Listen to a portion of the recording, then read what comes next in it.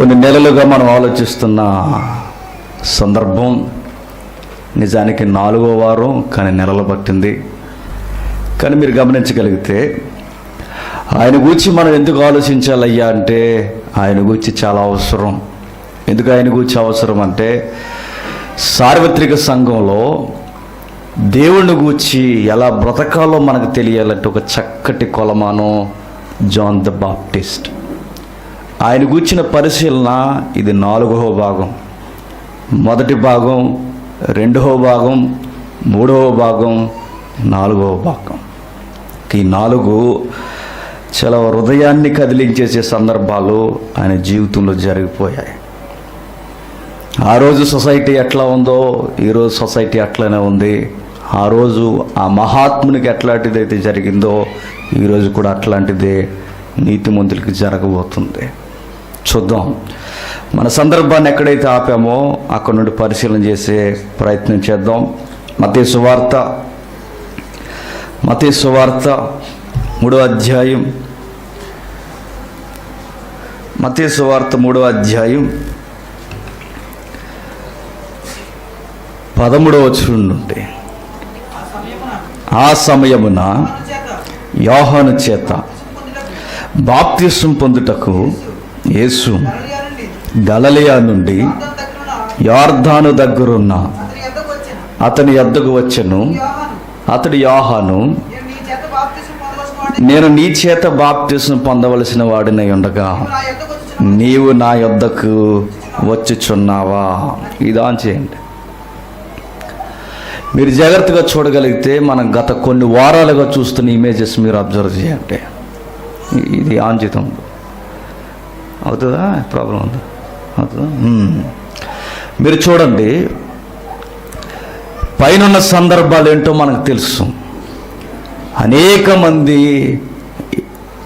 యేసుక్రీస్తు వారి కన్నా ముందుగా యోహాను దగ్గరకు వచ్చారు. గతించిన తరగతిలో మీకు గుర్తుందో లేదో, వచ్చిన గుంపులో ఎవరెవరు ఉన్నారయ్యా అంటే పరిసయ్యులు, సద్దుకయ్యులు. వచ్చిన వారిని మీరు అబ్జర్వ్ చేస్తే వాళ్ళ నిష్ట కలిగిన జీవితం చెప్పేవాడిని కూడా వాళ్ళు ఏమంటారంటే నువ్వు మాకు చెప్పొచ్చావా అంటారు. వాళ్ళు అంటే స్వనీతి సంబంధులు. ఎవరు? పరిసయ్యులు, సద్దుకయ్యులు. వాళ్ళిట్టివారు మనకు తెలుసు. వారిని అందరూ గౌరవించాలి కానీ వారెవరిని గౌరవించరు. మరలా ఇంకెలాంటి వారు మనకు తెలుసు. వాళ్ళ దృష్టిలో వారే నీతిమంతులు, సొసైటీలో ఎవరు నీతిమంతులు కారు. అలాంటి గుంపులు కూడా యోహాను దగ్గరకు వచ్చి నిలబడినప్పుడు ఆయన వాగ్దాటికి, ఆయన గద్దింపుకి, ఆయన వాక్యానికి, ఆ ఖడ్గానికి ఎవడు ఎదురు చెప్పలేక మౌనంగా ఉండిపోయి తలల కిందకి దించుకున్నారు. మీరు ఆ పాయింట్ మీరు అబ్జర్వ్ చేయండి. ఎప్పుడైతే యోహాను గారిని అలాంటి వైఖరిలో, అలాంటి వాగ్దాడుతో పరిసయ్యులు సద్దుకయ్యులు కూడా ఏమి అనలేక నివ్వెరపోయారు. ఒక్క మాటలో చెప్పాలి అంటే బాప్తిస్మిచ్చి యోహానికి ఆ రోజు సమకాలీన సమాజం భయపడిపోయింది. ఇది అవునా కాదా? అవును. అంటే సామంతులు మొదలుకొని సామాన్యుల వరకు, అధికారులు మొదలుకొని కూలీ నాలి చేసుకుని బ్రతుకుతున్న నదీ పరివాహక ప్రాంతాల్లో బ్రతుకుతున్న సామాన్యుల వరకు యోహాను యొక్క వాక్యానికి గడగడగడ వణిగిపోయారు. కానీ గమ్మత్తు ఏంటంటే అన్ని కళ్ళు యోహాను చూసి భయపడుతుంటే యోహాను కళ్ళు ఒక వ్యక్తిని చూసి గజగజ వణిగిపోయాయట. అది వింత. అందరూ యోహాను చూసి భయపడ్డారు. కానీ యోహాను ఒక నూతనమైన వ్యక్తి యొర్దాను నది దగ్గరకు వచ్చి నిలబడితే ఆ వ్యక్తిని చూసి ఆయన భయపడిపోతున్నాడు. ఎవరైనా యేసుక్రీస్తు. ఆయన క్రీస్తు అని ఇంకా డిక్లేర్ అవ్వలేదు. ఆయన నజరేయుడైన యేసే.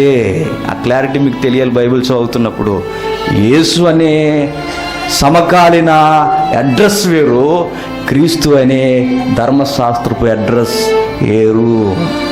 అందుకే అపోస్తులు ఏం సాక్ష్యం ఇస్తారయ్యా అంటే ఆ యేసే క్రీస్తు అంటారు. అంటే సమాజానికి ఏదో నజరేతు యువకుడని తెలుసు, వడ్రంగి వారి కుమారుడని తెలుసు, ఎక్కడో ఒక పల్లె ప్రాంతంలో బ్రతుకుతున్న వ్యక్తి అని తెలుసు, ఆయన పేరు యేసు అని తెలుసు. ఆ యేసే మెస్సయ్య క్రీస్తు అని సమకాలీన ప్రపంచం నమ్మలేదు. గుర్తించండి, ఆ కొత్త వ్యక్తి, నూతనమైన వ్యక్తి అలా యోర్దాను నది ఒడ్డుకు వచ్చి నిలబడేసరికి ఈయనకి టెన్షన్ స్టార్ట్ అయిందట. అప్పటి వరకు యోహాను చూస్తే అందరికి టెన్షను, ఇప్పుడు ఎవరికి టెన్షన్ స్టార్ట్ అయిందంటే యోహానికి యేసుక్రీస్తు వారిని చూస్తే టెన్షన్ స్టార్ట్ అయింది. ఏమంటున్నాడు? వచ్చిన ఆయన, బాగా వినండి, యేసుక్రీస్తు వారు వచ్చి, జాన్ నాకు కూడా బాప్తిస్మం ఇవ్వయ్యా అన్నాడు. మై లార్డ్, నేను నీకు బాప్తిస్మం ఇవ్వడం ఏంటి? అది కుదరదని ఏం చేసాడట? అడ్డగించేసాడట. ఎవరు? యోహాను. చూడండి ఒకసారి, కళ్ళు పెద్దగా చేసుకుని బైబిల్ చూడండి, దిక్కులు మానేసి. యోహాను సువార్త, క్షమించండి, మత్తయి సువార్త 3వ అధ్యాయం 13వ వచనం నుండి చూద్దాం. ఆ సమయమున యోహాను చేత బాప్తిసం పొందుటకు యేసు గలిలయ నుండి యోర్దాను దగ్గరున్న అతని యొద్దకు వచ్చెను. చూసారా, యేసు అన్న అడ్రస్సే ఉంది అక్కడ. యేసు అనే ఒక నూతనమైన వ్యక్తి యోహాను దగ్గరకు వచ్చాడట. వచ్చి, అందుకు యోహాను, నేను నీ చేత బాప్తిసం పొందవలసిన వాడై ఉండగా నీవు నా యొద్దకు వచ్చుచున్నావే అని ఆయనను నివారింపజూసెను. ఏం చేశాడట? అలా చూస్తూ ఆ చూపుల్లో కూడా ఎలా ఉందయ్యా అంటే, నువ్వు నా దగ్గరికి రావడం ఏంటి? నీ జీవితం ఏంటో నాకు తెలుసు. నిజానికి యోహాను గారికి యేసుక్రీస్తు వారికి పరిచయాలు ఉన్నాయా అంటే చాలా తక్కువ. నాకు తెలిసి మీరు గుర్తుపెట్టుకోండి, ఆయన బంధువు అన్న సంగతి బహుశా మర్చిపోయి కూడా ఉండొచ్చు. ఎవరు? యోహాను గారే. ఎందుకు, ఎలా మనం చెప్పగలమంటే మీరు గుర్తించండి, బాప్తిస్మిచ్చి యోహాను ఎవరి కొడుకు? పేరు కాదు, ఒక యాజకుని కొడుకు. యేసుక్రీస్తు వారు తండ్రి కాని ఒక తండ్రికి కొడుకుగా పిలువబడుతున్నాడు. ఆ తండ్రి ఏం పని చేస్తాడయ్యా అంటే, ఏం పని చేస్తాడు? యాజకత్వం చేయడు. మరి ఏం పని? రంపపు పొట్టు మధ్య పనిచేస్తూ బతుకుతుంటాడు. అంటే మీరు గమనించండి, యాజకుడు అనగానే ఒక సుపీరియర్ ఆఫీసర్లా ఆ రోజు కనిపించేవారు. అంటే యోహాను గారి కుటుంబం శైలి వేరు, యేసుక్రీస్తు వారు పెరిగిన వాతావరణం వేరు. ఇంకా యోహాను ఎలా పెరుగుతాడయ్యా అంటే, ఒక విధముగా యాజక కుటుంబంలో గొప్పగా బతికే ఆ స్థితి ఉంది ఆయనకి. ఎవరికి? యోహాను గారికి. పైగా యోహాను గారు బ్రతికే ఏరియా వేరు, యేసుక్రీస్తు వారు బ్రతికే ఏరియా వేరు. ఆయన యాజకుని కుమారుడు, ఈయన సామాన్యుని వడ్రంగి కుమారుడు. ఇంకా మీరు గమనించగలిగితే ఆయన ఎక్కడ పెరిగారయ్యా అంటే, ఎప్పుడో చిన్నప్పుడు వాళ్ళ తల్లులు ఇద్దరు మాట్లాడుకుంటున్నప్పుడు 6 నెలల ముందు పుట్టిన యోహానుతో, ఆ తర్వాత నెలల్లో ఉన్నప్పుడు ఎప్పుడైనా వాళ్ళు మీట్ అయితే అప్పుడే ఆడుకుని ఉండాలి తప్ప ఇంకెప్పుడు వాళ్ళిద్దరు కలిసే అవకాశం లేదేమో. చూడండి ఒకసారి, మీకు అర్థమవుతుందో లేదా మాట. వాళ్ళిద్దరూ చిన్న పిల్లలుగా ఉన్నప్పుడు ఆ తల్లులిద్దరూ ఎప్పుడైనా పలకరించుకుని ఉంటే, ఒకవేళ కలిసి ఉంటే మాట్లాడి ఉండాలి. అనతి కాలంలోనే బహుశా ఈయనకి 30 ఏళ్ళు వచ్చేసరికి ఆ తల్లిదండ్రులు ఉన్నారో లేదో కూడా బైబిల్ చెప్పట్లేదు. మరి మిగిలిన జీవితం అంతా యోహాను ఎక్కడ గడిపాడయ్యా అంటే, బైబిల్లో స్పష్టమైన వచనం ఉంది. ఆయన 30 ఏళ్ళు వచ్చేంత వరకు, లేదా ఆయన బోధన ప్రచురించేంత వరకు, లేదా ఆయన బాప్తిసం స్టార్ట్ చేసేంత వరకు ఆయన ఎక్కడ పెరిగాడయ్యా అంటే, ఒక భయంకరమైన అరణ్యంలో పెరిగాడు. అంటే యేసుక్రీస్తు వారికి ఈయనకి కలిసే అవకాశాలు తక్కువ. ఎందుకు ఈ పాయింట్ చెప్పాలనుకుంటున్నానంటే, యేసుక్రీస్తు వారిని చూసి ఏదో సుపరిచితమైన వ్యక్తి, నాకు బాగా తెలిసిన బంధువు కనుక ఇతనే అయ్యి ఉండాలని ఊహించుకుని ఊహల్లో చెప్పేసే అవకాశం యోహానికి లేదు. నేషనల్ జాగ్రఫిక్ ఛానల్ అని ఒక ఛానల్ ఉందో, మీకు గుర్తుందో లేదో, అందులో ఒక ప్రోగ్రాం వచ్చేది 2014-13 ఆ టైంలో, కిల్లింగ్ జీసస్ అని. ఏదైతే అరబ్ కంట్రీస్ ఉన్నాయో వాళ్ళంతా పెట్టుబడి పెట్టి, ఆ పెట్టుబడి పెట్టిన తర్వాత ఏం చేశారయ్యా అంటే ఒక ప్రత్యేకమైన డాక్యుమెంటరీ రిలీజ్ చేశారు. ఆ డాక్యుమెంటరీలో ఉన్న ఆన్సర్ ఏంటంటే, యేసుక్రీస్తు అనే వ్యక్తట కల్పింపబడిన వ్యక్తట. ఈరోజు వాగుతున్నారు కదా తాటాకు చప్పుళ్ళు మన తెలుగు రాష్ట్రాల్లో. ఈ వాగుడు ఎక్కడది కాదు, అరువు తెచ్చుకున్నది. ఎక్కడి నుండి? ఎక్కడో ఆ మిడిల్ ఆసియాలో ఉన్న అరువు తెచ్చుకున్నది. ఈ గోస ఎప్పటి నుంచి లేదు, ఎప్పటి నుంచో ఉంది. ఏమని తీశారంటే, మీరు ఎప్పటికీ చూడండి, killing Jesus national geography channel open చేయండి, మీకు అందులో క్లియర్ కట్గా విస్తారమైన డాక్యుమెంటరీ, సుమారు 3 గంటల డాక్యుమెంటరీ వాళ్ళు తీశారు. ఏం తీశారయ్యా అంటే, మీరు గుర్తుపెట్టుకోండి, యోహాన్నట యేసుక్రీస్తు వారే కల్పించేశాడట. క్షమించండి, యేసుక్రీస్తు వారిని యోహానే కల్పించేశాడట. ఎట్లా కల్పించేశాడంటే, ఇదిగో మన గూర్చి ముందుగా ప్రవచనాలు ఉన్నాయని పబ్లిక్ నమ్ముతుంది, నేను ఎలాగూ ప్రాపర్టీ కింద పరిచయం అయిపోయాను కదా, నన్ను ఎలాగూ ప్రవక్త కింద నమ్మేస్తున్నారు కదా, నువ్వేం చేస్తావంటే, ప్రజలందరూ 400 సంవత్సరాల నుంచి ఆధ్యాత్మిక జీవితంలో దిగజారిపోయారు, నాతో విప్లవం ఎలాగా స్టార్ట్ అయింది కనుక, ఎలాగూ మెస్సయ్య కొరకు ఎదురు చూస్తున్నారు కనుక, ఆ మెస్సయ్య ఎవరో అని నేను చెప్పట్లేదు, ఆ మెస్సయ్య నువ్వే అయి ఉండాలి, ఆలోచించుకో, ఎందుకన్నా మంచిది, ఒకసారి నువ్వు ఆలోచించు కానీ యోహాను గారు యేసుక్రీస్తు వారిని మోటివేషన్ చేసేస్తే అప్పుడు యేసుక్రీస్తు వారికి అనిపించిందంట, అవునంటావా అని.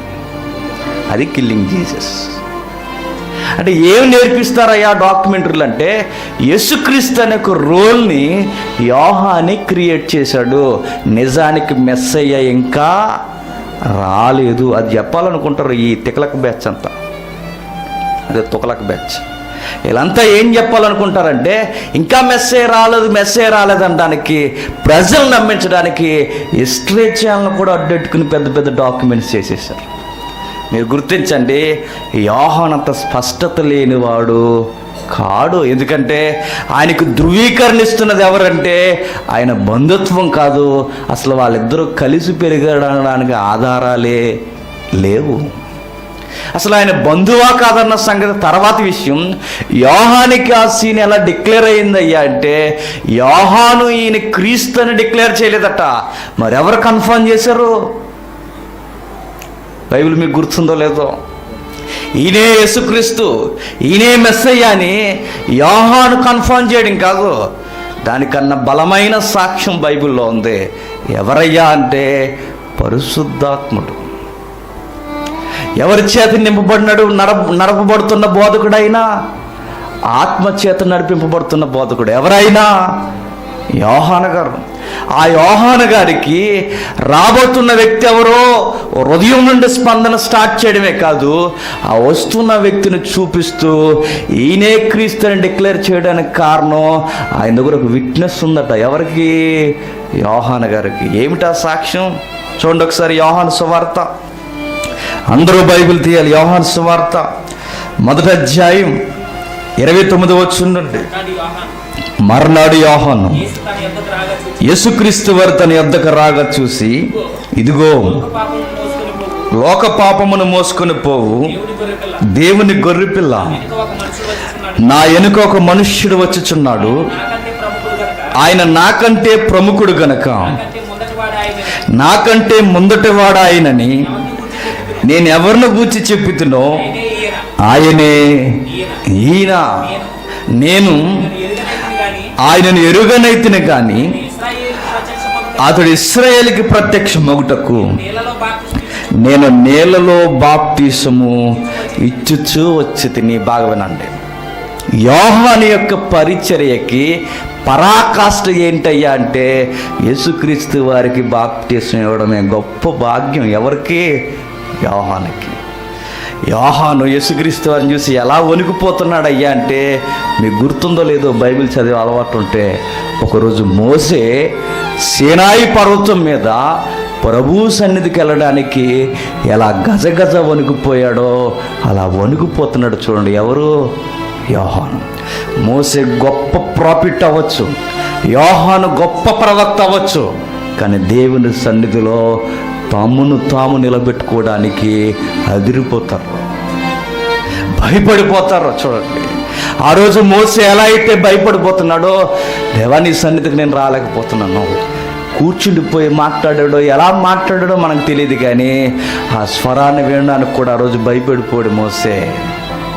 అలాంటి భయమే ఈయన గుండెల్లో కూడా వస్తుంది చూడండి. ఎవరికి? యోహాను గారికి. అప్పుడు అంటున్నాడు, ఈయన ఎవరో పబ్లిక్కి చెప్తున్నాడు. ఒకవైపు యేసుక్రీస్తు వారు ఉన్నాడు, మరొకవైపు పబ్లిక్ ఉన్నారు. పబ్లిక్ అంతా చూస్తున్నప్పుడు, సమాజం అంతా చూస్తున్నప్పుడు ఎలుగెత్తి సాక్ష్యం ఇస్తున్నాడు. ఏమన్నా తెలుసా? ఈయన నేను ఎరుగను, ఆయన ఎవరో కూడా నాకు తెలియదు. ఆయన ఎవరో అంటే ఈ వస్తున్న ఆయన ఎవరో కాదు, ఆ క్రీస్తు ఎవరన్న సంగతి కూడా సమాజంలోనే నాకన్నా తర్వాత ఆయనకన్నా ముందు నేను వచ్చాను, నా తర్వాత ఆయన రాబోతున్నాడు అన్న సంగతి నాకు తెలియదు. ఆయన నాకన్నా ముందున్నవాడే, ఈ భౌగోళికంగా కాకపోయినా కానీ ఆయన భూమి మీదకి వచ్చాడన్న సంగతి, ఆయన ఈయన అన్న సంగతి నిజానికి నాకు తెలియదు. ఈయనే ఆయనని కన్ఫర్మ్ చేయడానికి నాకు ఆధారం ఏంటంటే, దేవుడు నాకు ఒక మాట చెప్పాడు అన్నాడు. ఎక్కడ చెప్పాడో, ఎక్కడ విన్నాడో? ఆ అరణ్యంలో, ఆ ధ్యానంలో ఉన్నప్పుడు, ఆ పరదేశిగా ఆయన ఒంటరిగా తిరుగుతున్నప్పుడు ఏ రోజు ఆయనకి దర్శనం వచ్చిందో, దేవుడితో ఏ రోజు ఆ యోహాను మాట్లాడాడో మనకు బైబిల్లో ఆధారం లేదు, కానీ యోహాను మాటే మనకి ఆధారము. ఏమని మాట్లాడుతున్నాడట? ఆయన ఎవరో నాకు తెలీదు, అయితే నా దగ్గర ఒక రుజువు ఉంది. ఏమిటా రుజువు అంటే, నేను బాప్తిసం ఇస్తున్నప్పుడు దేవుడు నాతో చెప్పిన మాట, 1000 మంది నీ దగ్గరికి బాప్తిసం తీసుకోవడానికి వస్తారు యోహాను. వస్తున్నప్పుడు మెస్సేయ కొరకు ఎదురు చూస్తున్న ఈ ప్రపంచానికి ఆ రోజు మెస్సేయ కూడా నీ దగ్గరికి వస్తాడు. ఆయన నీ దగ్గరకు వచ్చినప్పుడు గుర్తుపెట్టుకో, ఆయనే ఈయనే క్రీస్తు, ఈయనే మెస్సయ్య అని నువ్వు పైలట్గా, విట్నెస్గా ఉండడానికి నీకు ఒక విట్నెస్ ఇస్తున్నాను. నువ్వు పైలట్ కదా, ఆ రాబోతున్న రాజుకి నువ్వు ఎదురుగా కనబడుతున్న వార్తాహరుడు కదా, నీకు చెబుతున్నా. ఆయన ఈయనే అనడానికి నీకు గుర్తు ఏంటంటే, యోహాను అనేక మంది వచ్చి బాప్తిసం తీసుకుంటారు, ఆయన కూడా బాప్తిసం తీసుకోవడానికి వస్తాడు.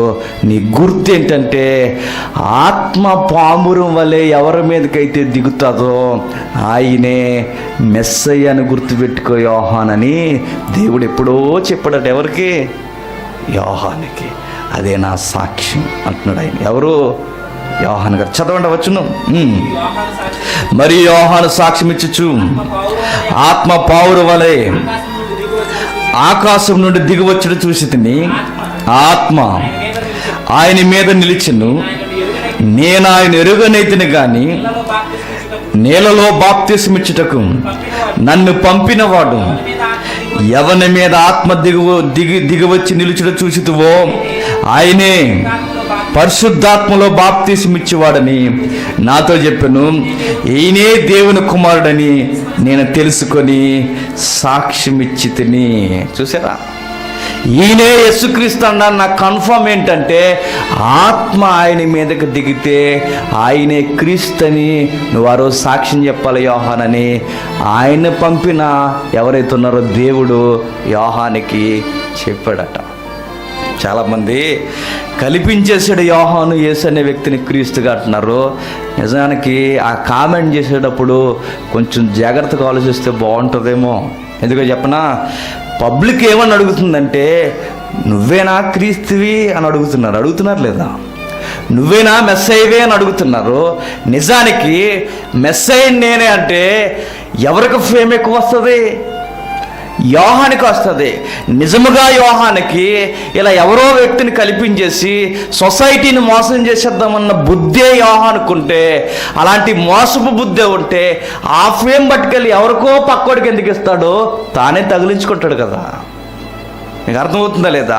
పక్కవారిని హైలైట్ చేయాల్సిన అవసరం ఎందుకుంటుంది? అలాంటి కుళ్ళు బుద్ధి అనుకుంటే నిజానికి ఆయనకి ఆ బుద్ధి లేదు కనుకే యథార్థంగా ఒప్పుకుంటున్నాడు. నిజానికి ఆయన క్రీస్తు అని చెప్పుకుంటే ఆయన శిష్యుల్లో ఎవరో ఒకరిని నువ్వు ఏలియాగా ప్రత్యక్షం అయిపో, నా ముందు పైలట్గా నేను మెస్సైగా పరిచయం అయిపోతాను అనుకుంటే ఎవరికి మేలు అది చెప్పండి? యోహానికే మేలు. కానీ యోహాను మోసం చేయట్లేదు. చూడండి, మోసం చేయట్లేదు అనడానికి గుర్తేంటయ్యా అంటే యేసుక్రీస్తు వారిని తలెత్తి చూడడానికి కూడా సరిపోలేని మాటలు ఆయన మాట్లాడుతున్నాడు. నేను చెప్పులు మోసుకుంటే చాలా. చూసారా, ఆ రోజు మోసే గారు చెప్పులు వేసుకుని నిలబడలేకపోయాడు. ఈరోజు యోహాను గారు నీ చెప్పులు మోయడానికి కూడా నేను సరిపోనంటున్నట్టు. నిజముగా బాప్తిస్మిచ్చి యోహానికి గొప్ప బహుమానం ఏంటయ్యా అంటే యేసుక్రీస్తు వారికి బాప్తిస్మ ఇవ్వడమే. మధ్య బైబిల్ క్రిటిక్స్ ఒక క్వశ్చన్ అడుగుతున్నారు, ఏమనంటే యేసుక్రీస్తు వారు బాప్తిస్మ తీసుకోవడం దేనికి అని. అది ఇప్పుడైనా ఆలోచిద్దాం. ఆయన ఎందుకు బాప్తిస్మ తీసుకోవాలంటే ఆయన చాలా చక్కగా ఆన్సర్ చేశాడు. ఏమని? నీతి యావత్తు ఇలా జరగవలసి ఉన్నది, యోహాను ఇప్పటికీ కానిమ్ము అన్నాడు. అంటే నేను ఎందుకు బాప్తిస్మ తీసుకుంటున్నానంటే నీతి యావత్తు ఇలా జరగాలి. శాసనం చేసేవారు ఎవరైతే ఉన్నారో శాసనాన్ని ముందు చేసినోడు పాటించాలి. మీకు అర్థమవుతుందా లేదా? ఎవరైతే రూల్స్ పెట్టారో ఆ రూల్స్ పెట్టిన వాడు రూల్ పాటించాలి. నేను పాటించిన మీరు పాటించండి అంటే ఏమవుతారయ్యంటే వాళ్ళు కూడా పరిసయ్యులు, శాస్త్రులే అవుతారు. యేసుక్రీస్తు వారు సంపూర్ణమైన దేవుడు, సంపూర్ణమైన మానవుడు కూడా. మానవుడిగా మనకు మాదిరి చూపించడానికి మొదట నేను నడిచిపోతున్నాను, ఇది మాదిరి, నీతి యావత్తు ఇలాగే జరగాల్సి ఉంది, ఇది కానిమ్ము. యోహాను చూడండి, ఆ రోజు ఎలా వణికిపోయాడయ్యా అంటే పబ్లిక్ ఆయన చూసి వణికిపోతే యేసుక్రీస్తు వారు ఈయన చూసి వణికిపోతున్నాడు. చూడండి, యేసుక్రీస్తు వారిని చూసి ఈయన వణికిపోతున్నాడు. చూడండి ఎంతగా భయపడిపోయాడంటే నేను మీకు బాప్తిస్మ ఇవ్వడం ఏంటి సార్ అని, కానిమ్ము అన్నాడు. ఎంత విధేయత అంటే కనీసం అడ్డగించే ప్రయత్నాలు కూడా చేయకుండా, ఆర్గ్యుమెంట్ కూడా చేయకుండా ప్రభువు చెప్పిన మాటకి తల దించుకొని ఆయనకి బాప్తిస్మ ఇచ్చేసాడు. చూడండి ఎంత విధేయత. నిజానికి ఇది నా వల్ల అవుదని పెద్ద ఆర్గ్యుమెంట్ చేయొచ్చు, కానీ చేయలా. చెప్పింది చేయి అన్నాడు. ప్రభు మాటకు ఆయన ఎదురు చెప్పలేదు. ఇలా సాగిపోతుంది, చక్కగా జీవితం కొనసాగుతుంది. కనబడిన దగ్గరల్లా ప్రజలకు చెప్తున్నాడు, ఆయనే లోక పాపములు మోసుకొని పోవు దేవుని గొర్రెపిల్ల. ఈ సందర్భాన్ని మీరు చదివితే మరనాడు కూడా వాళ్ళు బయలుదేరిపోతున్నప్పుడు, మరనాడు అన్న ప్రాంతం నేను అనుకుంటాను అప్పుడు యేసుక్రీస్తు వారు ఎక్కడున్నాడయ్యా అంటే నేను అనుకుంటా ఆ 40 దినాల ఉపవాస కూడుకులు ఆయన స్టార్ట్ అయిపోయాడేమో. ఎందుకో చెప్పనా? మరనాడు అనగానే ఏనాడు? బాప్తిస్మ జరిగిన తర్వాతే. అంటే ఆ తర్వాత వీళ్ళిద్దరూ ఎక్కడ సైట్ అయి ఉండాలయ్యా అంటే గుర్తుపెట్టుకోండి, ఆయన అరణ్యంలో తిరిగే మనిషే, ఈయన కూడా అరణ్యంలోనే ఆ యజ్ఞయాగంలో ఉన్నాడు. ఎవరు? యేసుక్రీస్తు వారు. ఆ రోజే చూసుండాలి, తన శిష్యులను పిలుచుకొచ్చి ఈయనే లోక పాపాలను మోసుకొని పోవు దేవుని గొర్రెపిల్ల. ఇలా సంభాషణ జరుగుతూ గొప్ప వాగ్దాటితో అనేక మందికి సాక్ష్యం ఇస్తూ నా వెనకొస్తున్న ఆయన మీకు బయలుపరచబడ్డాడు, ఆయన యందు మీరు విశ్వాసం ఉంచండి అని గొప్ప సాక్ష్యాన్ని ఇస్తూ ఆయన బతికేస్తున్నాడు. ఇలాంటి టైంలో ఒక పిడుగు లాంటి సందేశం కూడా ఒక కోటకు చేరుకుంది. ఎవరు కోటకు అయ్యా అంటే హెరోదు కోటకి. బాగా వినండి, వీడి గురించి కొంచెం చరిత్ర తెలియాలి. బైబిల్ చదువర్లుగా కొంచెం కన్ఫ్యూజ్ అవుతుంటాం మనం. ఏమిటి ఆ కంగారు పడే సందర్భం అంటే హేరోదు అనే పదం ఎక్కువగా పరిచయం అవుతుంటుంది. మన కన్ఫ్యూజ్ ఏంటంటే హేరోదీయులు అనేది ఒక వర్గం.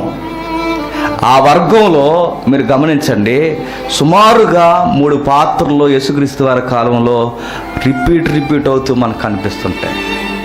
ఆ పదం ఏంటి, వాడెక్కడున్నాడు ఏంటి అనుకుంటాం మనం. గుర్తుపెట్టుకోండి, ఆ భాగం మీరు మర్చిపోకండి. యేసుక్రీస్తు వారు పుట్టిన టైంలో ఒక శాసనం చేస్తాడు వాడి పేరు ఏం పేరు అంటే, పేరు మనకున్నది కానీ ఒక ట్యాగ్ లైన్ ఇచ్చారు, వాడి ట్యాగ్ లేడు, గ్రేట్ హేరోదు అంటారు, మహా హేరోదు అంటారు, పెద్ద హేరోదు ఆయన. ఆ పెద్దవాడు గుర్తుపెట్టుకోండి, వాడు చాలా క్రూరుడు. వాడు ఎంత దారుణం అంటే పదవ కొరకు పిల్లలను కూడా చంపేస్తాడు. వాడికి అడ్డొస్తే స్త్రీలను లేదు, పిల్లలను లేదు, ఎవరినైనా ఖతం చేసి పడేస్తాడు అన్నమాట. అలాంటి వాడు గుర్తుపెట్టుకోండి, 2 భార్యలను చేసుకున్నాడు. ఎవరు? ఆ మహా హేరోదే. ఎవరా 2 భార్యలు అంటే చరిత్రలో పెద్ద పేర్లు ఉన్నాయి, ఎప్పుడైనా సందర్భం వచ్చినప్పుడు చూసుకుంటాం. 2 భార్యలను చేసుకుంటాడు. మొదట ఒక భార్యని ఒక దాన్ని వదిలేసి మరొక దాన్ని చేసుకుంటాడు. చాలామంది భార్యలు ఉన్నారు, సుమారుగా 10 మంది ఉన్నారని అంచనా. అయితే మొదట ఒక దాన్ని వదిలేసి మరొక దాన్ని, క్షమించండి, దాన్ని అన్న చాలామందికి ఈ మధ్య నచ్చట్లా, మరొక ఆవిడని చేసుకున్నాడు. మరొక ఆవిడని చేసుకుంటే గుర్తుపెట్టుకోండి, మరొక ఆవిడని చేసుకున్న తర్వాత ఆవిడకు ఒక కొడుకు పుడతాడు. ఆ కొడుకు పేరు ఫిలిప్. మీరు బైబిల్ చదువుతున్నప్పుడు కనబడుతుంది మీకు. హెరోదు అని ఫిలిప్పు భార్యను ఉంచుకున్నాడు, మరొక హెరోదు అని చదువుకుంటాం. మీకు అర్థమవుతుందా? అర్థమైపోతే చేయొద్దని మళ్ళీ చెప్తా. మహా హెరోదు ఉన్నాడు, వాడు ఒక దాన్ని పెళ్లి చేసుకున్నాడు, క్షమించాడు, మరొక ఆవిడని పెళ్లి చేసుకున్నాడు. మరొక ఆవిడని పెళ్లి చేసుకుంటే ఆవిడకు ఒక కొడుకు పుట్టాడు. ఆ కొడుకు పేరు ఫిలిప్. వాడికి పోయే కాలం మరలా ఎక్కువయ్యి మరొక ఆవిడని కూడా పెళ్లి చేసుకున్నాడు. ఆ మరొక ఆవిడకు పుట్టిన మరొకడు వాడే అంతిపస్ అనేవాడు. ఇప్పుడు నేను వాడుతున్న గొడవ అంతా ఇప్పుడు మనకి. అంతిపస్ అనేవాడు ఎవడైతే ఉన్నాడో, అంటే ఒకే తండ్రి 2 తల్లులు అన్నమాట. ఆ ఒకే తండ్రి ఎవడు? యేసుక్రీస్తు వారిని పసిపిల్లవాడుగా ఉన్నప్పుడు చంపాలనుకున్నాడే వాడు ఎప్పుడు చనిపోతాడంటే క్రీస్తు శకం 4లో చచ్చిపోతాడు. వాడు చనిపోయిన తర్వాత అధికారాలు భాగాలుగా విభజింపబడతాయి. అందులో గవర్నర్స్ వెళ్ళే, అందులో రాజులు కూడా వెళ్ళే. అయితే అందులో గవర్నర్గా రాజులుగా పనిచేస్తుంటారు. అందులో 2 ఉన్నారు కొడుకులు. ఆ 2 కొడుకులు ఎవరు? ఫిలిప్ ఒకడు, అంతిపస్ ఒకడు. ఈ ఫిలిప్పు అంతిపస్ గుర్తుపెట్టుకోండి, వీళ్ళిద్దరూ పాలన చేస్తుంటే అప్పటికి ఒక అరేబియా స్త్రీని పెళ్లి చేసుకుంటాడు. ఎవడు? అంతిపస్ అన్నవాడు. ఎంత చరిత్ర! పెళ్లి చేసుకుంటే వీడికి స్త్రీ వ్యామోహం ఎక్కువ. ఎవరికి? అంతిపస్ అన్నవాడికి. అప్పుడు వీడు ఏం చేస్తాడంటే, తమ్ముడు భార్య ఉంది. ఎవరు? ఫిలిప్పు తమ్ముడు అవుతాడు కదా, తండ్రి ఒకడే, తల్లులు వేరు. తమ్ముడు భార్య ఏం చేశాడంటే ఆ తమ్ముడు భార్యతో కమ్యూనికేషన్లోకి వచ్చాడు. ఎప్పుడైతే వీళ్ళిద్దరు కమ్యూనికేషన్లోకి వచ్చారో గుర్తుపెట్టుకోండి, ఆవిడేం చేసింది అయ్యా అంటే ఆ ఫిలిప్ అన్నవాడిని వదిలేసి, మీరు గుర్తించండి, ఈ అంతిపస్ అన్నవాడితో పెళ్లి చేసుకుంది అధికారికంగా. అంటే ఎడాకులు ఇచ్చిందన్నమాట. ఏమి అనలేక ఉండిపోయారంటే ఖచ్చితంగా అధికారికంగా పెళ్లి చేసుకున్నారంటే అధికారికంగానే విడిపోయారు. మీకు అర్థమవుతుందా? ఈ సీన్ జరుగుతుంది. ఈ పక్కన యోహాను సేవ చేస్తున్నాడు, ఈ పక్కన ఈ సంసార జీవితాలు గొడ్డిగా మారిపోయాయి. కానీ సొసైటీలో మాత్రం అది చాలా ఘనమైన కార్యం. ఎంత ఘనమైన కార్యం అంటే మీరు గుర్తుపెట్టుకోండి, ఏ రాజు అయితే, ఏ అధికారి అయితే ఎక్కువ మంది భార్యలను చేసుకున్నాడో వాడు చాలా పెద్ద అధికారి, వాడు చాలా పెద్ద పేరు ఉంటుంది అన్నమాట. అందుకే రాజులు కూడా, ఇశ్రాయేల్ రాజులు కూడా ఎక్కువ మంది భార్యలను చేసుకుంటారు. చూడండి, సొలొమోను కానీ, దావీదు కానీ, కొంతమందిని మనం చూస్తున్నప్పుడు సమకాలీన చరిత్ర ఏంటంటే ఎక్కువ మంది ఉపపత్తుల్ని, ఎక్కువ మంది భార్యలను ఎవడైతే కలుగున్నాడో ఆడు గొప్ప రాజు, గొప్ప అధికారి అన్నమాట. అందుకే ఎక్కువ మంది స్త్రీలని పెళ్లి. ఈ జాడ్యం ఇప్పటికీ అరబ్ దేశాల్లో ఏడుస్తుంది. ఇప్పటికీ ఆ పాలస్తీనా భూభాగంలో ఎప్పటికుంటే వాళ్ళకి ఒకళ్ళిద్దరు కాదు, ఎంతమంది, ఒక 10 మంది ఉంటారు. మరి ఒకదానికి చచ్చిపోతారు భారతదేశంలో. మరి 10 మందిని ఎలా చేసుకుంటారో అదే అర్థమవుతుంది. చెప్పకూడదు కానీ కొన్ని విషయాలు ఉన్నాయి. ఎప్పుడన్నా జనరల్గా యూత్ మీటింగ్ మనం జస్ట్ లైవ్ లేకుండా మాట్లాడుకున్నప్పుడు మాట్లాడుకుందాం. ఇలా జరుగుతుంది కాపురాల్లో. ఇప్పటికీ మీరు చూడండి, అధికారాలు అనగానే ఇప్పటికి మీరు ఫర్ ఎగ్జాంపుల్ ఏదైతే సెలబ్రిటీస్ అని మనం చెప్పుకుంటున్నామో ఆ సెలబ్రిటీలనే తీసుకోండి, వాళ్ళకి ఒక్కొక్క పెళ్ళి అవ్వదు. మరి 2 ఏసి 3 ఏసి చేసుకున్న దాన్ని గాలి కుదిలేసి మరొక ఆవిడతో తిరుగుతూ ఎలా తిరుగుతారయ్యా అంటే ఇది పెద్ద సెలబ్రిటీ లైఫ్. అంటే ఆ రోజు ఎలా అయితే అధికారులు ఉన్నారో, ఆ రోజు సెలబ్రిటీలు ఎలా అయితే ఉన్నారో, ఈ రోజుకి ఏ రోజుకైనా ఈ సెలబ్రిటీలు బతుకులు ఇలానే ఉంటాయి. పేరుకి మాత్రం వాళ్ళ దగ్గర డబ్బు ఉంది, వాళ్ళ దగ్గర అధికారం ఉంది, వాళ్ళ దగ్గర పేరు ప్రఖ్యాతులు ఉన్నాయి, అన్నీ ఉన్నాయి. కానీ వాళ్ళ దగ్గర ఇంకొక జాడ్యం ఏంటంటే విలువలు లేని బతుకులు ఉన్నాయి. కానీ ఆ విలువలు తీసేయడం కూడా సమాజానికి ఏ కార్యము? గొప్ప కార్యము. ఈరోజు కాదు చెప్పండి, ఈరోజుకి బాలీవుడ్ కానీ, హాలీవుడ్ కానీ, టాలీవుడ్ కానీ, కోలీవుడ్ కానీ ఈ దరిద్రపుడ్లన్నీ చూడండి ఏం చేస్తాయి అంటే, మీరు చూడండి, 4, 3, 5 చేసుకుంటారు. చేసుకోవడం అది సెలబ్రిటీ లైఫ్. సమాజానికి కూడా ఒక ఆన్సర్ ఏంటంటే సెలబ్రిటీ అంటే ఆ మాత్రం అంటారు. ఇదా ఇలాంటి వాల్యూస్తో బతికేస్తున్నారు. చూడండి, ఆ రోజు ఏం జరిగిందో ఈ రోజుకి అదే జరుగుతుంది. కానీ గుర్తుపెట్టుకోండి, ఏదైతే గౌరవం అనుకున్నాడో అంతిపస్, ఏదైతే గొప్ప కార్యం అనుకున్నాడో, ఏదైతే గొప్ప కార్యముగా జరిగిస్తున్నాడో, ఒకరోజు రాజు దర్బారు మోగిపోయేలా రాజు ముంగుడికి వచ్చి యోహాను చేసింది ఏంటో తెలుసా? తప్పు చేస్తున్నావు అన్నాడు. రాజు దర్బార్ అంతా రోజు నిశ్శబ్దం అయిపోయింది. సమాజానికి ఆయన పెళ్లిళ్ళు చేసుకోవడం గొప్ప కార్యం, అతను ఏదంటే అదే. కానీ గుర్తుపెట్టుకోండి, అతడు చేసిన తప్పు అన్న సంగతి బహిరంగముగా ఆ రాజు దర్బార్లో ముఖం మీద ఏలు పెట్టి చెప్పాడు, నువ్వు తప్పు చేశావు అని. ఆ రోజు రాజు దర్బార్ అంతా మౌనం అయిపోయింది. అప్పటి వరకు ఏదైతే గౌరవం అనుకున్నారో ఒక్కసారి అది గౌరవం కాదు, నువ్వు చేస్తున్న ఘోర కార్యమని ఏలుబెట్టి మరీ చూపిస్తూ చెప్పాడు. ఎవరు?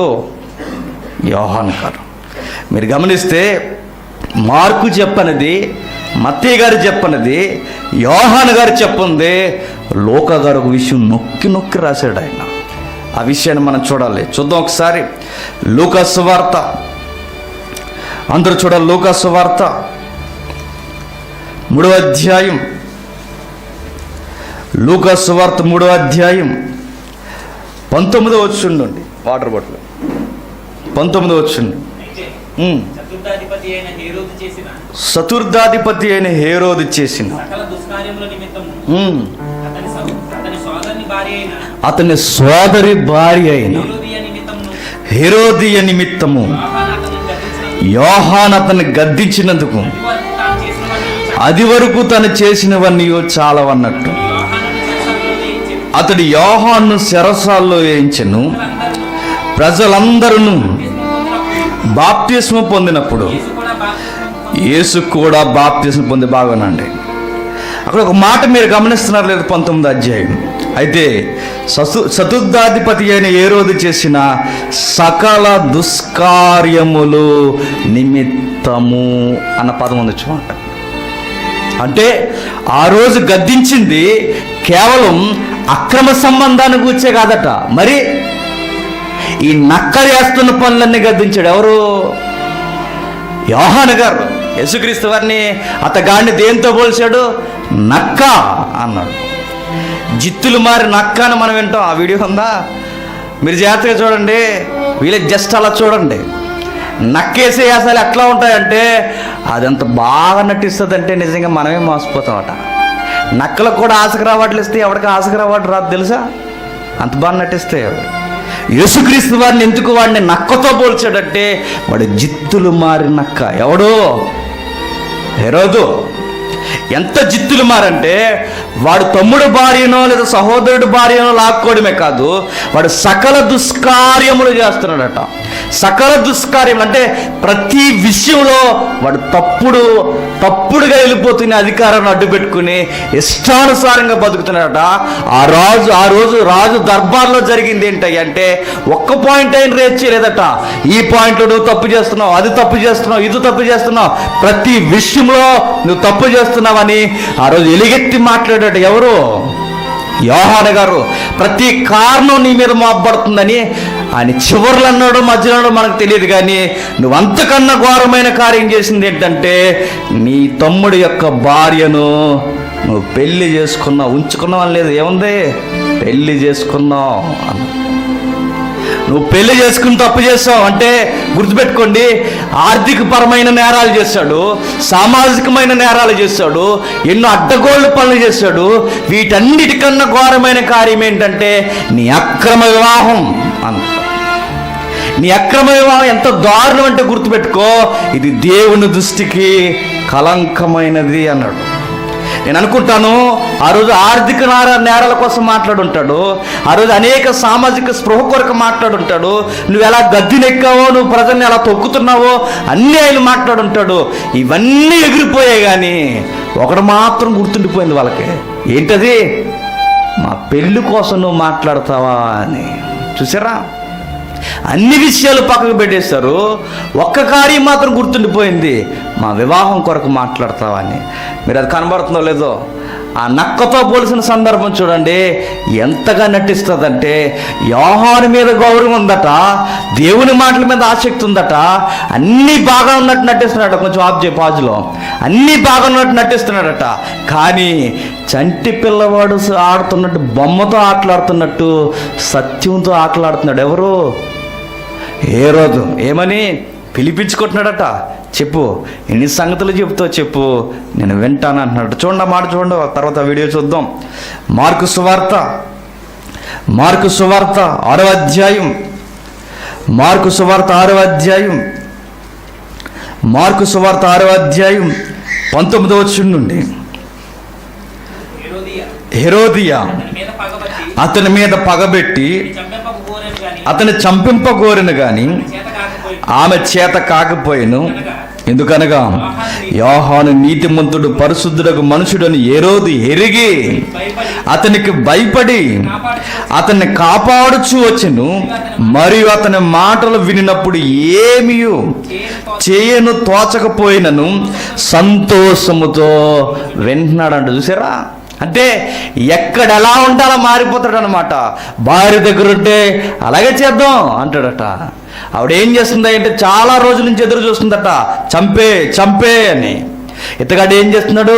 యోహాను దగ్గరకు వచ్చేసరికి చాలా సంతోషంగా దేవుని అంటే సత్యంతో బొమ్మలాట ఆడినట్టు ఆడుతున్నాడు. గుర్తుపెట్టుకోండి, మీరు దేనితో ఆటలాడినా పర్వాలేదు, వాక్యాన్ని అడ్డు పెట్టుకొని ఆటలాడితే హేరోదుకి ఏదైతే జరిగిందో మనకు కూడా అదే జరుగుద్ది. గుర్తుపెట్టుకోండి, మీరు ఎక్కడ ఆటలాడినా పర్వాలేదు, గుర్తుపెట్టుకోండి, మీరు వాక్యాన్ని అడ్డు పెట్టుకుని ఆటలాడారనుకోండి, ఎవరైనా నిలబడి మాట్లాడుతున్నవారైనా, కూర్చుని వింటున్నవారైనా, మీ దొంగ పనులకి, దొంగేసాలకి వాక్యాన్ని అడ్డు పెట్టుకుని వాక్యం మీద ఒట్టు, వాక్యం మీద రుజువు, ఇలాంటి అడ్డగోలు మాటలు మాట్లాడేస్తే గుర్తుపెట్టుకోండి, ఆ వాక్యమే మేము దులిమండిస్తుంది. యోహాను కూడా అలాంటి మాటలు బోధిస్తున్నప్పుడు నక్క తెలివితేటలు చూపిస్తున్నాడు. ఎవరు? హేరోదు. చూడండి, దాని యాసాలు చూడండి. ఒకడు కొట్టాడు, దాన్ని కొడుతున్నప్పుడు దొరికేసింది, అడ్డంగా దొరికిందిగా. అడ్డంగా దొరికేసరికి ఎలాగో తప్పించుకునే ప్రయత్నం లేదు, ఇది ఎలాగైనా చంపేస్తాడని చచ్చిపోయినట్టు యాక్ట్ చేసిందట. ఎవరు? అది చూడండి, జాగ్రత్త చూడండి ఒకసారి. చూసారా, నిజంగానే చచ్చిపోయింది అనుకున్నా నా వీడియో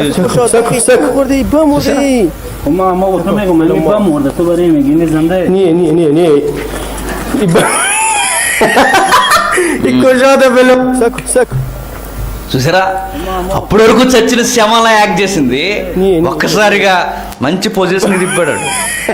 లేచి వెళ్ళిపోద్దని అడిగి మంచి పొజిషన్ తిప్పేసరికి కరెక్ట్ ఛాన్స్ అని ఒక్కసారిగా అప్పటి వరకు ఓపిక లేని దానిలో యాక్ట్ చేసినది ఏమైంది?